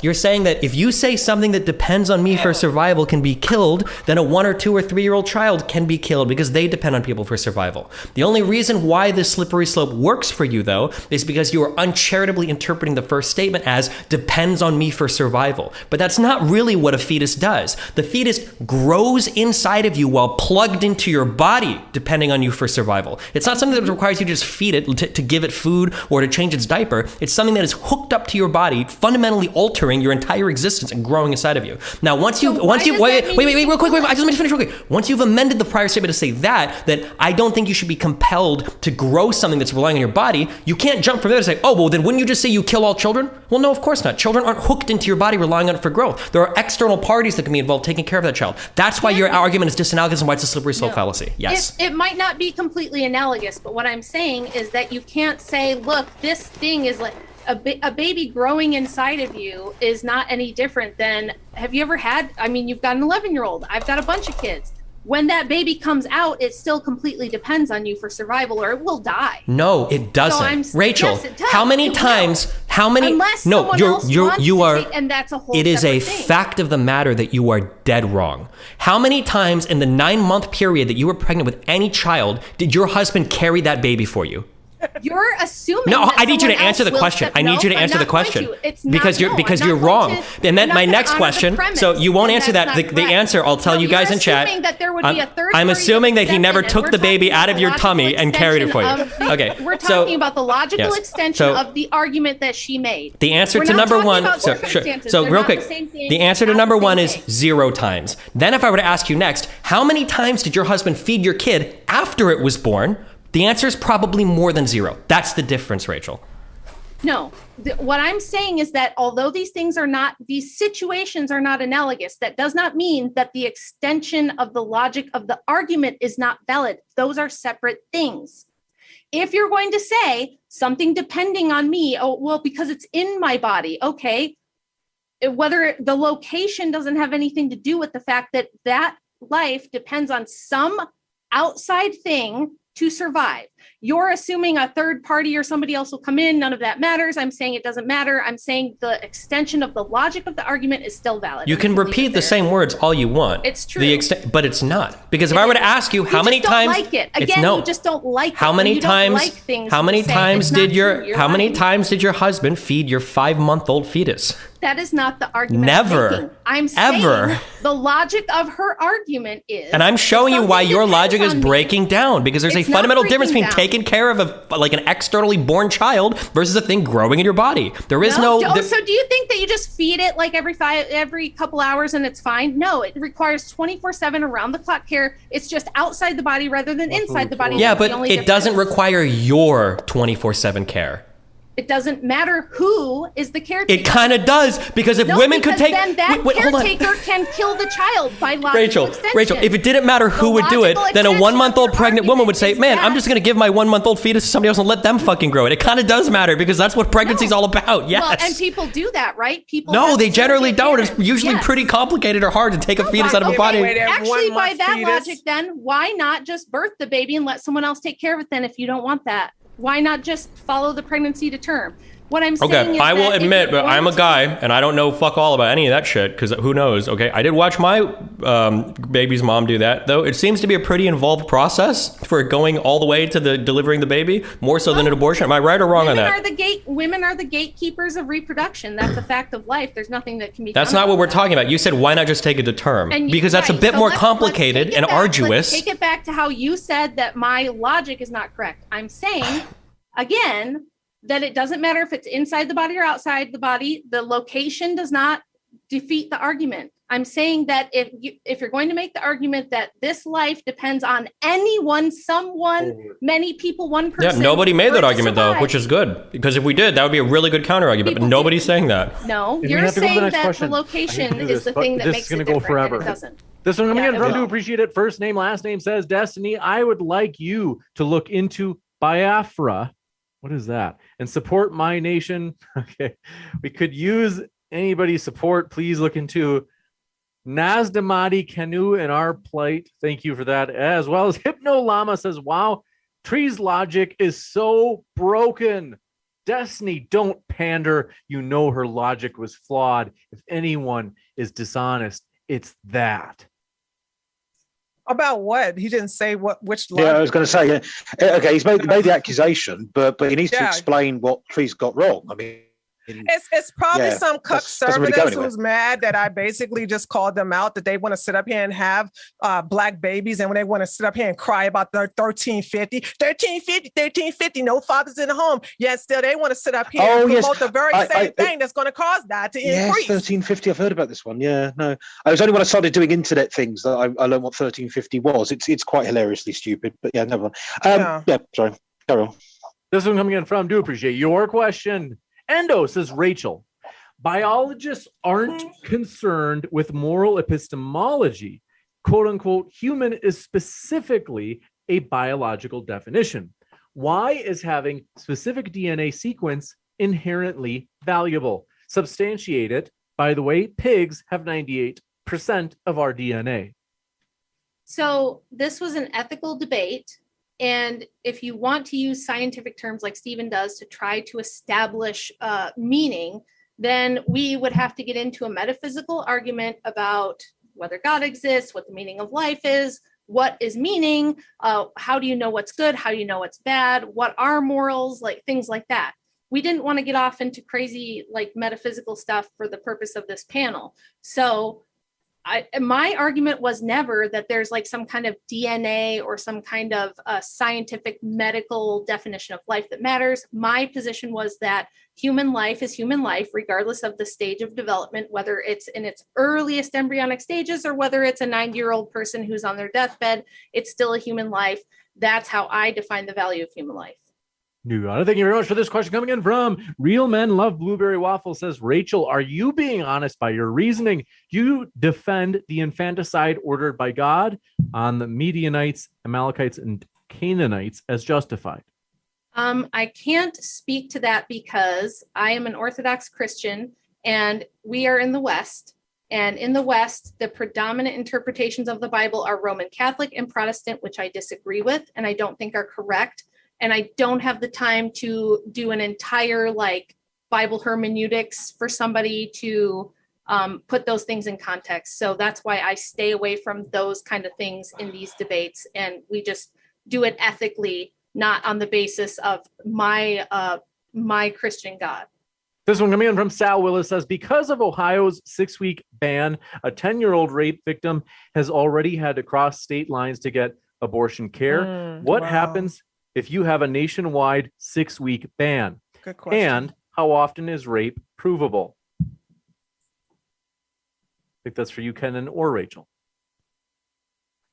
Well, this is the big problem. One of the reasons we have such low conviction. I mean, I'm sure it's true in the United States. It's definitely going to be true in the UK. One of the reasons we have such a low conviction rate for rape is because rape is one of those crimes that's almost impossible to prove.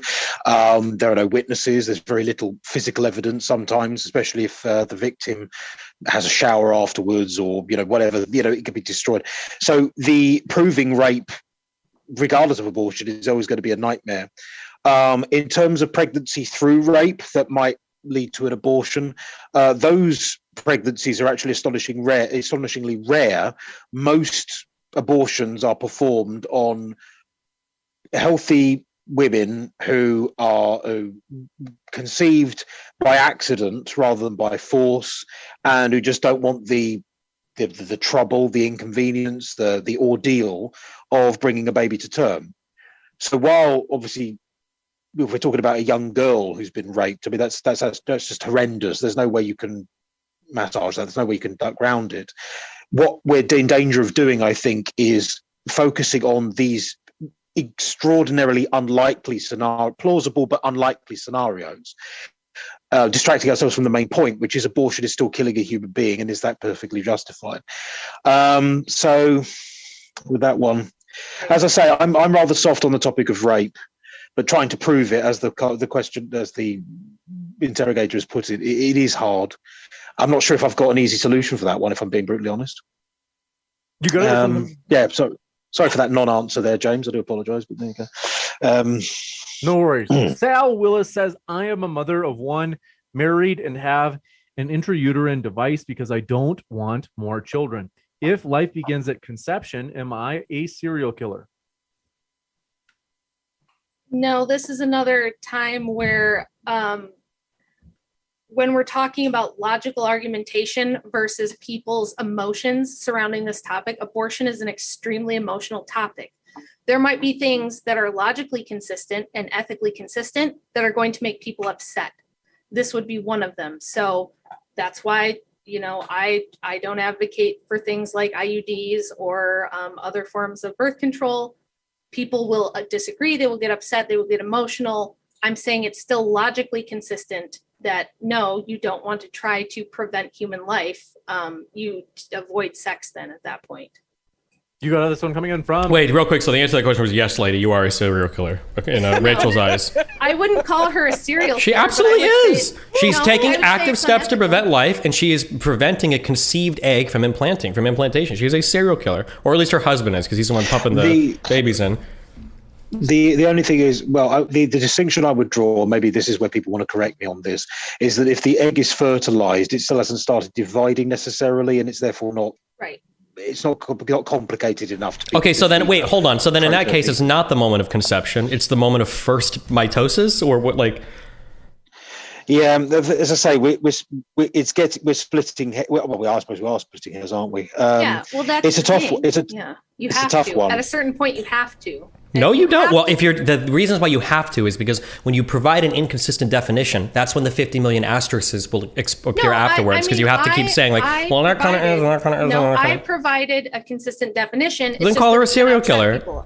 Tell her she's a serial killer. That's not technically true. But she is. This bitch has killed fucking 20 kids by this point, probably, right? If her husband's coming to her 20 times, there's been 20 conceived eggs. She's a serial killer. Or how many people do you need to kill to be a serial killer? You have some super vague definition of consciousness that you can't even pinpoint. So it's. Are you conscious right now? Does it feel very vague? I guess it feels kind of vague from my end, but I think you're pretty conscious. How do we know? right? We don't know. We truly don't know. Act as though we are. We truly don't know. I truly can't figure out if any other person in this conversation is conscious or not. It's so mysterious. This is what I mean when I say backing up and taking a macro look at arguments. It's not. No, this is not a legitimate debate. The legitimate debate is going to be like, what are the precise areas? No, it's not. There might be debates about the precise.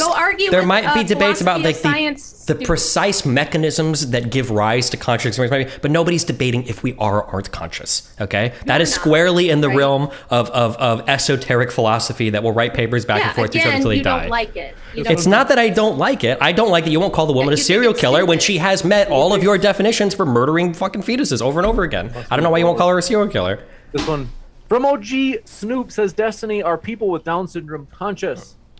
Yeah, they seem to have the necessary structures in the brain to have conscious experiences. So yeah, of course. Made by Jim Bob says, Destiny, a human is and becoming at every moment from conception to death. Stephen was once a fetus, same human being, different stage. And a building was once, a bunch of discrete materials. It doesn't make the discrete materials a building. You're talking about composition, and that's different. I'm not talking about composition. I'm talking about emergence and ontology. When something becomes something as the emergence of other things coming together, it does not mean that it is the things that was preceding it. So if I lay out 100 boards on a deck, I don't say, oh, those boards are a boat because I'm about to hammer them all together and make a boat. They are fundamentally something different. The DNA is already combined, though. So it doesn't matter. DNA in and of itself. If I cut my finger off, my finger has all the DNA of my body. When we talk about this is actually a topic of metaphysics, is substance. There's a difference between like the substance of a thing and the relationship of things to make another thing. An emergent thing that appears is fundamentally different than the discrete parts that make that thing up. If I cut off an arm and I hand it to you, or if I cut off all the pieces of a body and give it to you, I can't say, oh, look, it's a human. It's not a human because it's not put together like a human. The human itself is fundamentally different than the sum of its parts and the things that exist discreetly beneath it. Yeah, from Endo says, Rachel, biologists aren't concerned with moral epistemology.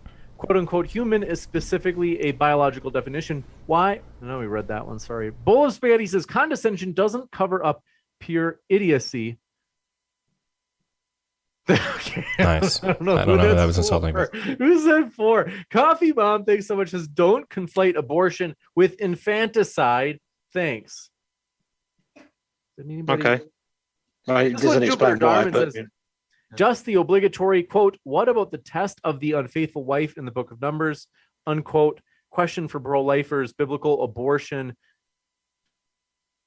I don't use the Bible as a source for this particular argument because that would be hypocritical. I'm not a Christian, so I don't know what that story. I've read the Bible. I can't remember that story, so I can't deconstruct it in any meaningful way. Yeah, and I would give the same answer I gave earlier, which is that I don't believe you can properly interpret the Bible without the Orthodox Church. So that's why I don't argue these things. This one coming in from Bowl of Spaghetti says, prove that there is a soul. What is the evidence for a soul? Well, you can't prove the existence of a soul any more than you can prove the existence of consciousness. It certainly seems that way, right? We all operate as if there's consciousness. We all operate and act as if there's a soul. But what do you mean by prove it? Like, do you want material proof? Or, you know what I mean? That's when you get into, can you materially prove these things, or are we having a metaphysical debate? What gives rise to a soul? God. Okay, if I show you a desk, does a desk have a soul? No. If I show you a human foot, does that have a soul? The foot in and of itself. If I just cut a foot off and I give it to you, does this have the soul of a person? No. So so you can tell me where it's not. Can you draw some kind of boundary around where it is? Okay, I will try to, but again, we're getting into a theological debate here. In Orthodoxy, we have something called an essence energies distinction. We don't think that human beings are just substance, and we don't think they're just energy. We think they're a combination of both. And we would believe that when you are conceived, you have something called a nous, which is similar to the Western concept of a soul, which combines your mental faculties with your emotional faculties and your spiritual faculties. Where are the faculties found? There's not a physical location necessarily, but when people talk about the heart, that's usually what they mean. then again, you get into a So if somebody has metaphysical like, debate. If it's a physical location, not everything. So like consciousness doesn't have a physical location either. well, yes, it does. It arises from a physical location. Yes. A lot of scientists don't believe that the brain is where consciousness necessarily resides. Again, you can take the rest of this conversation. I challenge you to find me a single published scientist that thinks that consciousness arises from something that's not the brain. I will send you some discourse between scientific philosophers. No, I don't want somebody that does the philosophy of science. That's a fundamentally different topic. Philosophy of science is extremely important. You can't do science without it. Unfortunately, you absolutely can. So philosophy of science is a markedly, philosophy of science is a markedly different thing than the practice or exercise of science itself. Then you're a materialist. Then you're talking about only materialism. So then it's a whole nother debate. Full of Spaghetti says 2 questions for Rachel. Rachel, you were getting so much attention. It's not even funny. They said, should you be forced to donate organs to someone that is dying? No. And 2, do you understand that women can't choose to be pregnant? I totally disagree with that. Yeah, they can totally choose. No, not in my case. Not in all scenarios, Let's look maybe. at my case. We used the condom. It broke. Now let's say. But what about for rape? You just don't have sex, and then you'll never get pregnant. Wait, that was not the question. If you just don't have sex, you can choose to never get. Nuns never get pregnant, right? Because they go to the monastery and they never have sex, and they don't ever have to worry about it. The way the question was, the phrasing of the question was poor. The phrasing of the question was poor. It is, of course, possible for a woman to choose to get pregnant if she, because that's how people plan families, right? You can choose to be pregnant if you engage in certain activities. It is also true to say that sometimes a woman falls pregnant by accident. So she didn't choose to be pregnant. Or without her choice. Scenario. A woman can be pregnant without her choice. Yeah, but you can also, there is a foolproof way to not get pregnant if you don't want to get pregnant. And that is a fact. And this is why Christianity is losing. To sit up here and tell people I'm not they can't making have a Christian sex, argument. It's just stupid. That's a secular argument. I'm not making a Christian argument. You don't want to get pregnant, don't have sex. This is so stupid. It's logically correct and it's true and it's a fact. Is that not correct? If you don't have sex, are you going to get pregnant, Tree?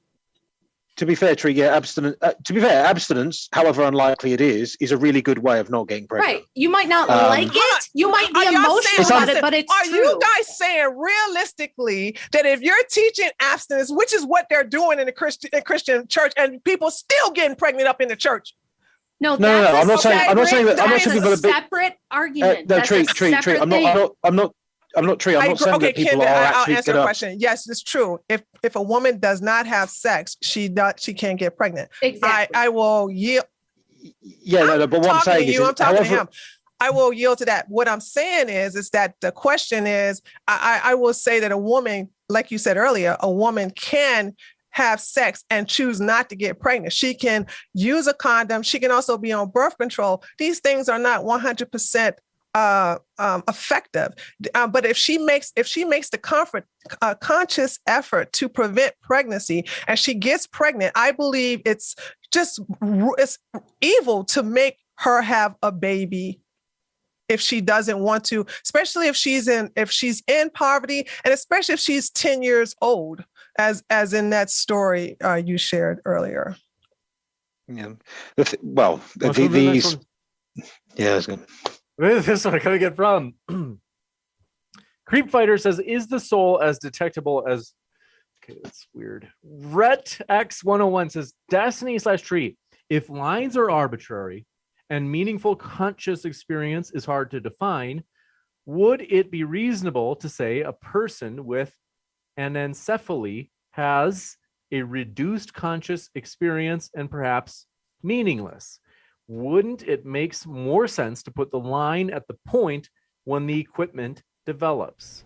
That's where I put the line at, but the equipment develops for around 20 to 24 weeks. Gotcha. And Rage Pro says, congratulations on discovering fetal transplant. Cool. Gnostic Informant says, Rachel, what happens to souls of aborted babies? Do they go to hell? If they go straight to heaven for being sinless, then why risk hell from world sin? Again, this is a conversation that I cannot give you my entire theology. It would take a long time to give you my entire theology. All the different Christian churches disagree on this. My church's position is that we don't 100% know. We rely on God to make that decision. We assume, and we think it's highly likely that because they have not been able to commit a sin, that of course aborted babies would go to heaven. That is generally the position of the church. But there's a lot of things that my church doesn't say we know unequivocally for sure because we don't know the mind of God. Again, it's a separate argument. I did not make a single Christian argument in this entire debate. Yet all the questions are, well, if God real, why bad thing happened? Explain, Christian woman. So that's how it goes, though. That's just how that goes. Full of Spaghetti says, does Rachel agree with Noah's flood?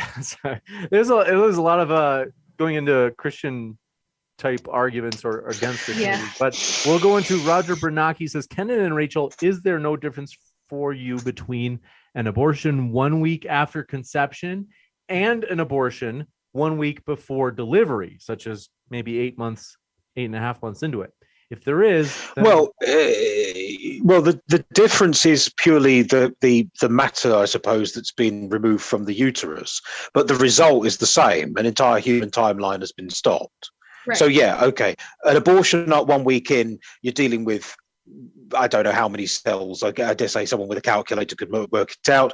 If you're talking about abortion 1 week before birth, well, I mean, you're just killing a full-grown baby at that point. But the product is the same. No more human life to worry about. Yeah, it's just a matter of degree. It's just a matter of degree at that point. It's third-degree murder versus first-degree murder, something along those lines. I'm not trying to make a perfect analogy, but it's a matter of degree. Gotcha. Endo says, Rachel, it's not, quote, this thing depends on me so I can kill it. Instead, it's, quote, this thing uses my body and I have a right to get my body back. Should people have that right to get their body back from it being used? Well, the fetus has a body as well. The baby has a body. The baby is a body. And if we're going to we never really got into a personal autonomy argument on this panel, but it's one of the easiest to defeat because then you can just pose the question, at what point does someone have bodily autonomy?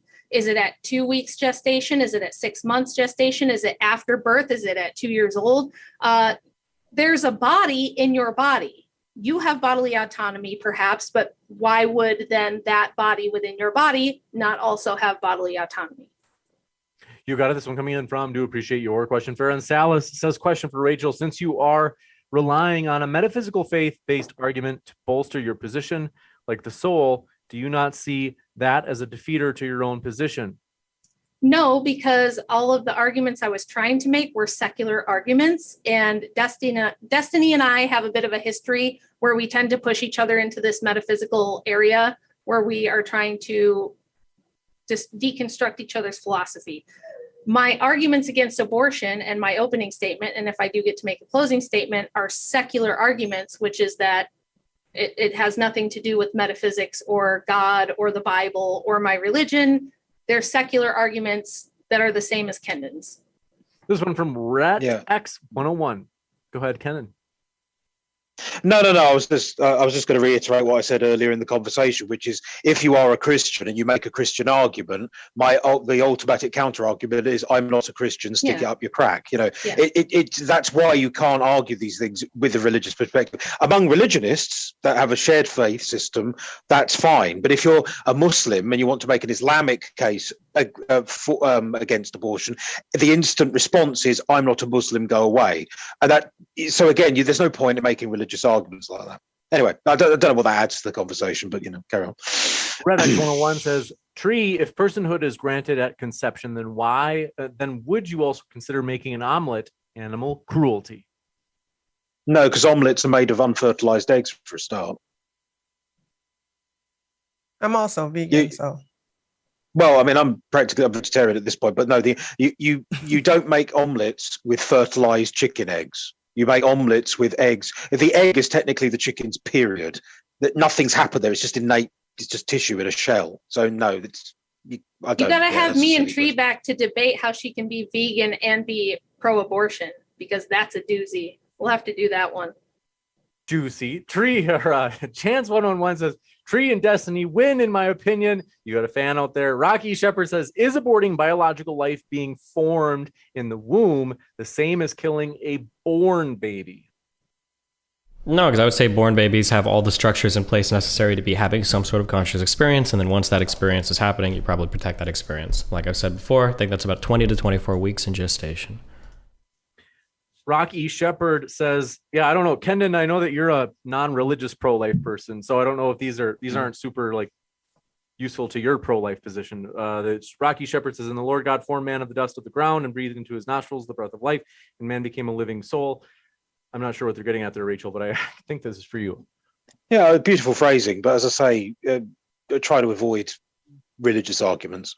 Yeah, and if I try to avoid religious arguments. If I was having this panel with people who wanted to do purely a metaphysical argumentation, I would take the transcendental argument for God.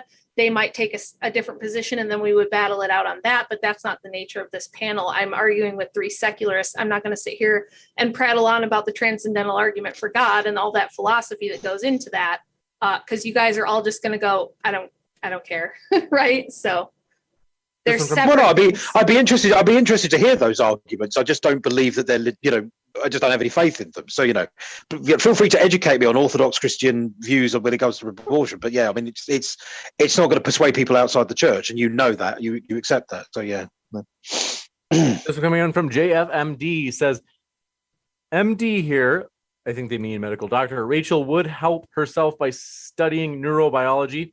They say all scientists believe consciousness is neurophysiological. How do pro-lifers justify that one body has a right to another for survival? Well, that's the thing, is that gets into the bodily autonomy argument. We're saying both are bodies, right? The fetus has a body, the mother has a body. When you try to argue that with pro-choice people, they will say, well, yeah, but the mother has lived longer, and they'll try to qualify that the mother's life matters more because she's had more experience, or other vague argumentation like that. And it's if we're going to argue bodily autonomy, the fetus has a body, the baby has a body. Wait, those aren't even the bodily autonomy arguments. That's the worst bodily autonomy argument I've ever heard. The difference is that the mother has a body and the baby has a body, but the baby's body is aggressing on the mother's body. That's the difference. How would it be? But then we're going to get into a whole other debate, which I don't want to do in the Q&A. We don't have to, but I'm just saying that the formation, it is aggressive. aggressing. It's consuming resources from your body, whether or not you consent to it. That is a form of aggression, absolutely. I'm just saying that if you want to have the bodily autonomy argument, saying that the mother's older and live longer, that's not the bodily autonomy argument. That's some crazy Twitter argument I've never heard in my life. The bodily autonomy argument is you have a parasite inside of you that is aggressing against you and stealing resources and is stealing. It kind of is, and is stealing resources from your body, and that's why you have the right to remove it. Is self-defense. That's the bodily autonomy argument. No, there is an argument that it's actually a symbiotic relationship because the fetus, as it's growing, works with the mother for its own survival. It's in the interest of the developing baby to keep the mother alive. Right. It provides stem cells, all sorts of things. No. Well, then you're saying hold on, wait. You're saying reproduction is hostile to the organism? Yes, of course it is. Even if you believe in evolution, that wouldn't make sense. It absolutely makes sense. How would that make sense evolutionarily? That reproduction would be hostile to the host organism? Because hold on. Yeah, Jesus, not even morning sickness. Look at fatality rates of mothers delivering children before we had modern medicine. You can't just say that evolution gives us an answer to everything very neatly and cleanly. Pregnancy and delivering children is a cost of survival. It's not a benefit to it. So if you're having an ethical argument, you could say it's worth the cost, is all I'm saying. I'm saying that's a whole but that doesn't make it a symbiotic relationship. There's never been a point in history where it was oh God, my body's weak and I'm fucked and I'm gonna get pregnant so that my fetus can help bolster me. It's a two-player game now. There's actually a number of medical conditions that do improve during pregnancy. That is a thing. Destiny, I didn't make that argument. I didn't say that a pregnancy gives the woman superpowers. What I said is that the word parasite implies that it just sucks the nutrient, it just sucks things out of the woman's body. Of course, pregnancies are difficult. Of course, women have died in childbirth. We are all aware of this. But there are elements of symbiosis going on in that relationship. It is not purely the fetus takes and the mother gets nothing. I mean, if you're going to be that, then you can call literally every single parasitic relationship symbiotic because parasites generally don't want their host to die. But I mean, it's a silly argument to make. Fetuses are a drag on a woman's body universally. It's one that I have seen embryologists make. So I'm only going by what medical journals I've read on this topic. So if you don't like that argument, that's absolutely fine. But I mean, I'm just merely pointing out that the word parasite is, because of its negative connotations, doesn't quite represent the relationship between mother and baby, mother and fetus. That's it. That's what I'm making. Do you think that, I'm just curious, just so I can get my head straight, because I don't know.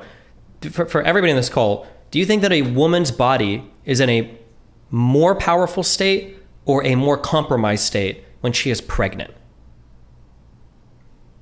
I don't see what that has to do with the ethics of abortion. You never ask a question. That's a net. Can I don't get an answer. I just can't have an answer. Yeah, she never answers questions when she gets caught, dude. That's her MO.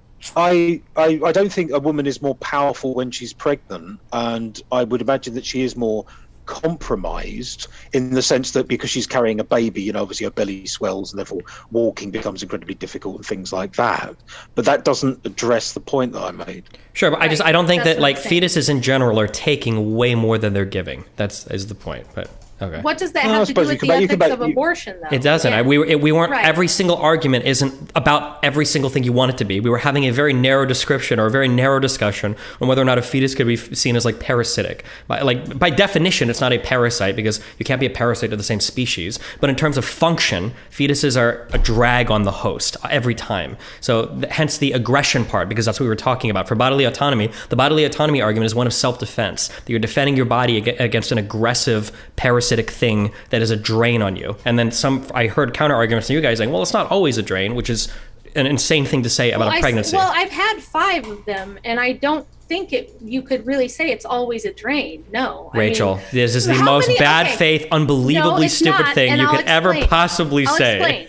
Don't a bunch of you pro-choice people always say, well, a lot of women don't even know they're pregnant until like 6 months. 6 months? Rachel, I am not an incel. Rachel, please, hold on, stop. I am not an incel, okay? No, stop. We're not here to talk to retards or about what retards say, okay? That's not what the conversation is about. You can probably go like 1 or 2 or 3 months sometimes without knowing you're pregnant. In exceptional cases, an anorexic woman or somebody that just doesn't show well, who's obese. Or maybe it can go 6. Sure, or it could be obese. Sure, I've seen anorexic women that don't show well either. There's a lot of like very crazy outlying exceptions, maybe, but generally by most people are going to know by like 2 or 3 months that they're pregnant. Generally speaking, especially if they're watching their like periods and everything. Especially because you usually start to have other symptoms. I'm sure. But again, it's like if you're going to sit here and say, oh, a fetus is a drain on the mother, it's like, well, okay, but I'm a drain on society. If you get into a utilitarian. Oh my God! Hold on. I am so sorry. I forgot that I needed to qualify my statement 50 million times over. Otherwise, you're going to take the most bad faith interpretation possible. Let me amend this statement slightly for you, Rachel. The fetus is going to be a larger drain the longer you get into gestation. You are absolutely correct. You fucking owned me when you said, "Oh, really? You think they're a drain? How big of a drain is a 1-week-old fetus then, honey?" You got me there. I fucked up. So let me go back and amend my statement and tell you that as the pregnancy goes on, it becomes a larger and larger and larger drain through the 2nd and 3rd trimester. Is that better for you? Well, yeah, I guess. Okay. But it's arguable, and I don't think it's pertinent to the ethics of abortion. Wait, you think it's arguable whether being 6 or 7 months pregnant leaves you in a more compromised or a more empowered state? You think that's arguable? I think it depends on what you're talking about specifically. Sure. What could I possibly be talking about where being 6 or 7 months pregnant is an asset to you versus a liability to your body? Well, it's a great asset to me if I'm passing on my genetics. Isn't that the purpose of life? I mean, from an evolution perspective, me getting to reproduce and pass on my genetics. Can you give me one thing that isn't the thing itself?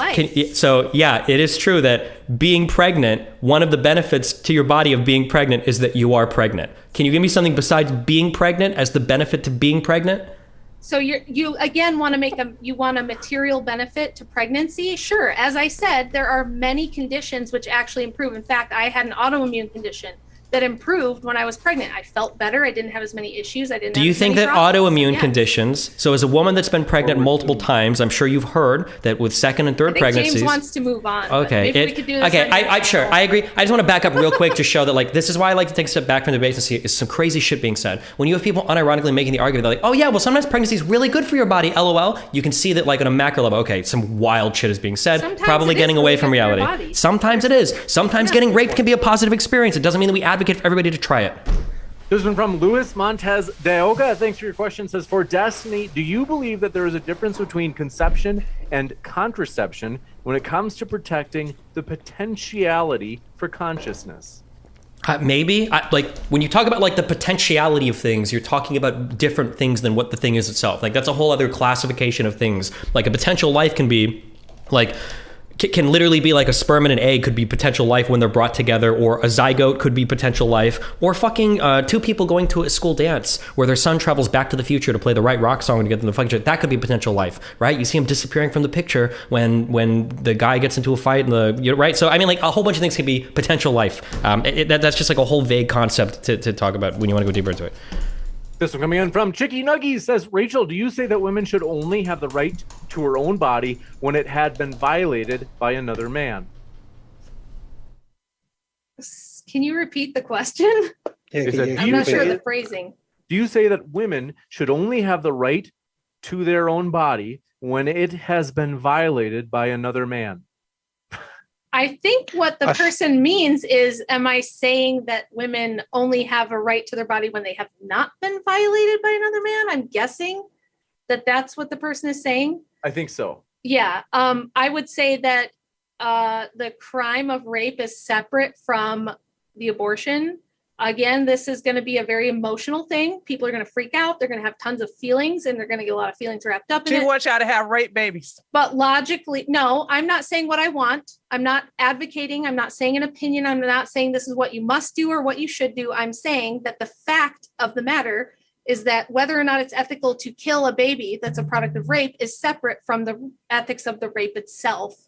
So it's a whole separate topic. And I don't necessarily... my conception of human rights is probably not like analogous to what this person is saying, because they're talking about like woman's right to her body. And that's a whole nother thing too. Were you going to say, I don't believe that a woman has a right to her own body? I don't believe that. I believe that people have a natural right to their own body in some sense. But again, it's whether we're talking about ethics or legality when we're talking about rights. So. You got it. This one coming in from, do appreciate your question. Bowl of Spaghetti says, to rephrase the question, some women can't get pregnant no matter how much sex they have. How can people control if sperm meets the egg?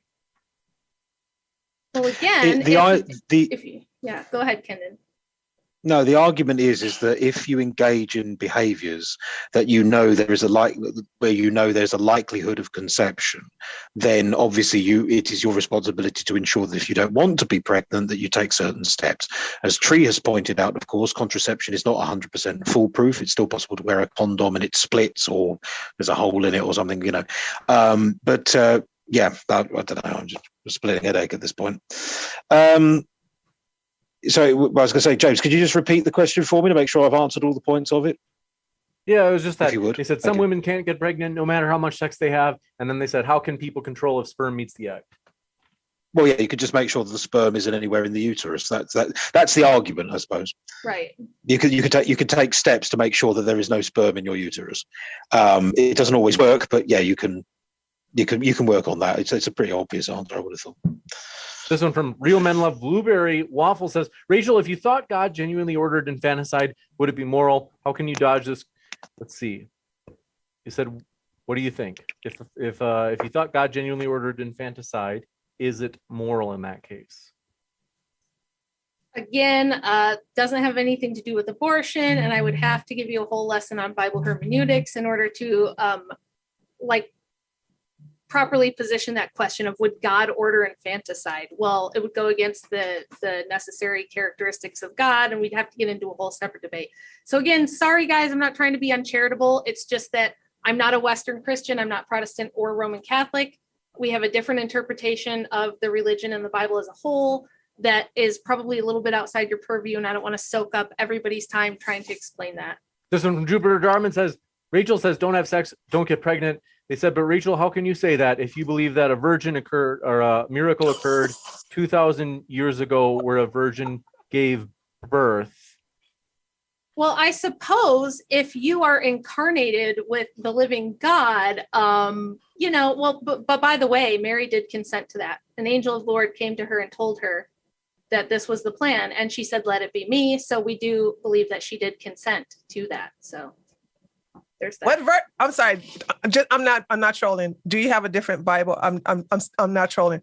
No, it's in the Bible. If you look it up, when the angel of the Lord came to Mary, she said, let it be me. Okay. So this one, Pure Aussie Gold, says, pro-choice people, you already made your choice. Now you got to be an adult and deal with it. How hard is it to use contraception? They said, I remember when the V was precious, but now you all want to play ring toss. Wow, what a great question. Well, there are consequences to behavior, and he's right about that. So. Like the consequence of hold on. We're not arguing about whether there ought to be consequences or whether consequences exist or not. It's whether we're killing a baby or not. That's the whole question, right? And we're saying if getting pregnant is the worst thing you can imagine, it's going to ruin your whole life. There's a really easy way to just make sure that doesn't happen. That's all. I mean, there's a. Okay. Oh, James, what do you got? Rocky Shepherd says, question is for Rachel.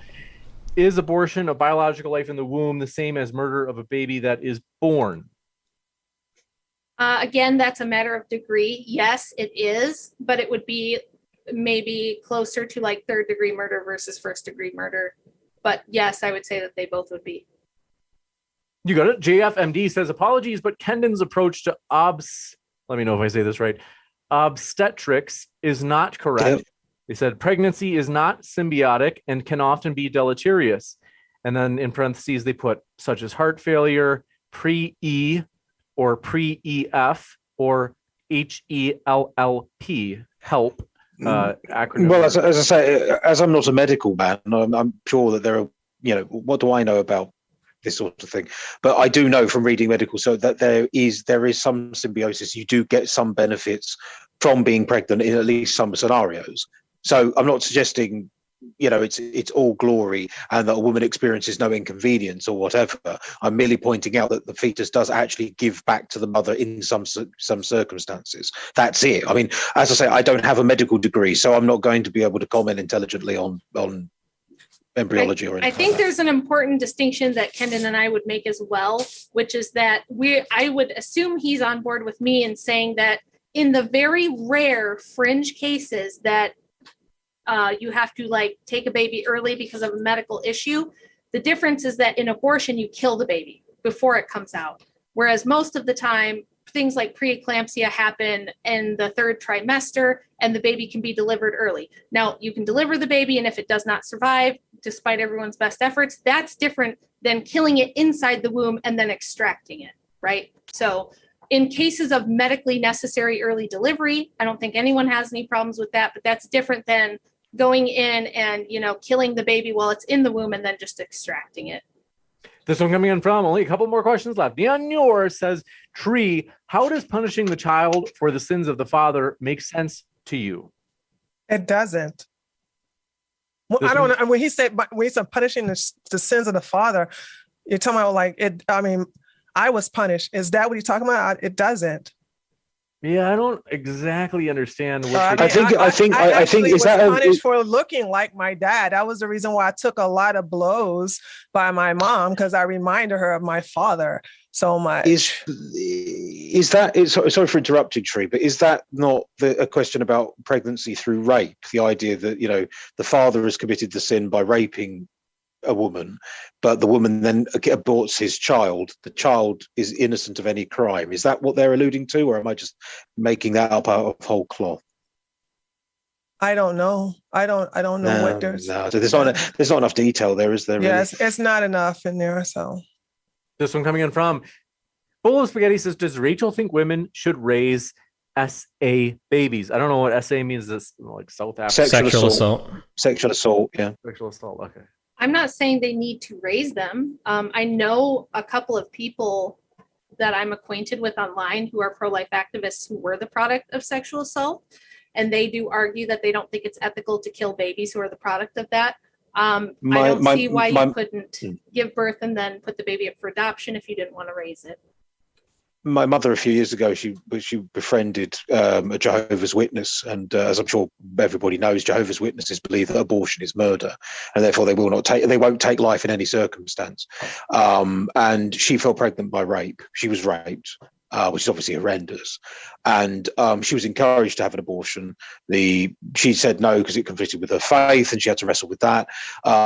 She's given birth to the child. She's now raising it, and the way she squares it in her head is that something good, the child, came out of something evil. That is one way of looking at this. I'm not saying everybody should think like that. I'm merely pointing out that, there are people who choose to raise the children of those horrendous crimes. So I'll leave that as inspiration for anybody else. Oh, Spaghetti says, does Rachel not understand that women die from childbirth? Sure, I do, but we are not talking about women dying from childbirth. In fact, I'm not aware of a single medical case where they had to kill the baby in order to save the mother. Deliver the baby early to save the mother? Sure. Kill it inside the womb and then extract it to save the mother? No. So yes, women can die in childbirth. There are instances where you have to take. Are we not counting? We're not counting ectopic pregnancies here, I guess. Well, ectopic pregnancy is not. There's no possible way unless they come up with some way to implant that. You can't do anything about it. Again, I'm talking about when we can voluntarily intervene to stop the life of a baby. That's what we're talking about. Okay, and you don't think there are ever times where mothers might become so sick in the first trimester that like the pregnancy becomes incredibly like arduous for the woman's body? So like say for instance when she gets pregnant and then also discovers that she has cancer, that's like impossible? Or I'm sure there have been cases of this I'm not saying that's impossible, but again, that's something that's a fringe case. We're talking about 99% of abortions are elective. Well, sure, I know, but in the case of like... I would have a different... I'm only saying this because you made the really strong statement of like, there's never been a case where you need to perform an abortion where the baby can't be saved. I'm sure there have been cases where... No, I don't mean where the baby can't be saved. I'm saying like, so if that were the case, and then this is an equivalent argument, right? Where if it were the first trimester and something came up where it was going to be either a death sentence for the mother or a death sentence for the baby, then either way you're out of life. And in that case, I would grant I'm not going to sit here and argue that. I would grant that to you because it's not worth even trying to defend, and it's morally neutral in that case because it's a life for a life. What I'm talking about is people try to argue that, at 20 weeks, 24 weeks, 30 weeks, something like that, the mother develops high blood pressure, preeclampsia, or another condition. Therefore, they need an abortion. I'm saying at that point, you can deliver the baby, try to save it. If it doesn't survive, everyone did their best. There's nothing you can do. That's different than going in and killing it in the womb and then just extracting it. You got it. This one coming in from last question. Pancake Great asked this very early. So we're going to get this one in. Thanks very much. Says biologists, they said, Kendon, biologists classify sperm as very much alive. Does that mean that sex without impregnation could be seen as genocide? No. Sperm are not a species. They're not a genus. You can't commit genocide against sperm. That doesn't make sense. This last one, the real last one. Aftershock says, for the pro-choicers, your hypothetical where a human's brain is taken out doesn't take into account that it will, they emphasize, get its brain in 9 months. Not never, like the hypothetical suggests. What? They said, I was trying to remember where it was the hypothetical where a human's brain is taken out. Okay. They say this doesn't take into account that it will get its brain in 9 months. Namely, that human that had its brain taken out will get its brain in 9 months. They say not. Oh, they were trying to point to some early. I mean, if you're going to get your brain back, then you would say like, oh, well, then because there was some preference that was asserted by something that can make those assertions, and it's made that, and then it's coming back. So of course you would respect it, right? Like a person going to sleep. You got it. With that, folks, we want to say our guests are linked in the description. You have heard them for, it's been what, 2.5 hours? If you want to hear more, if you want to learn more about their views, which, hey, I mean, there's got to be somebody on this panel where you're kind of like, yeah, I identify it. You felt like you had a dog in the fight. In that case, their links are below. What are you waiting for? Go ahead and click on those links so that you can learn more about their views. We do appreciate our guests. So I want to give a huge thank you, Destiny, Tree, Rachel, and Kendon. It has been a true pleasure to have you here today. Thank you. Thanks. I'm glad. Thank you for inviting us. My pleasure. Yeah, and thanks. I'll be right back in just a moment with a quick post-credit scene about upcoming debates, folks. So stick around. And thanks so much for being with us, folks.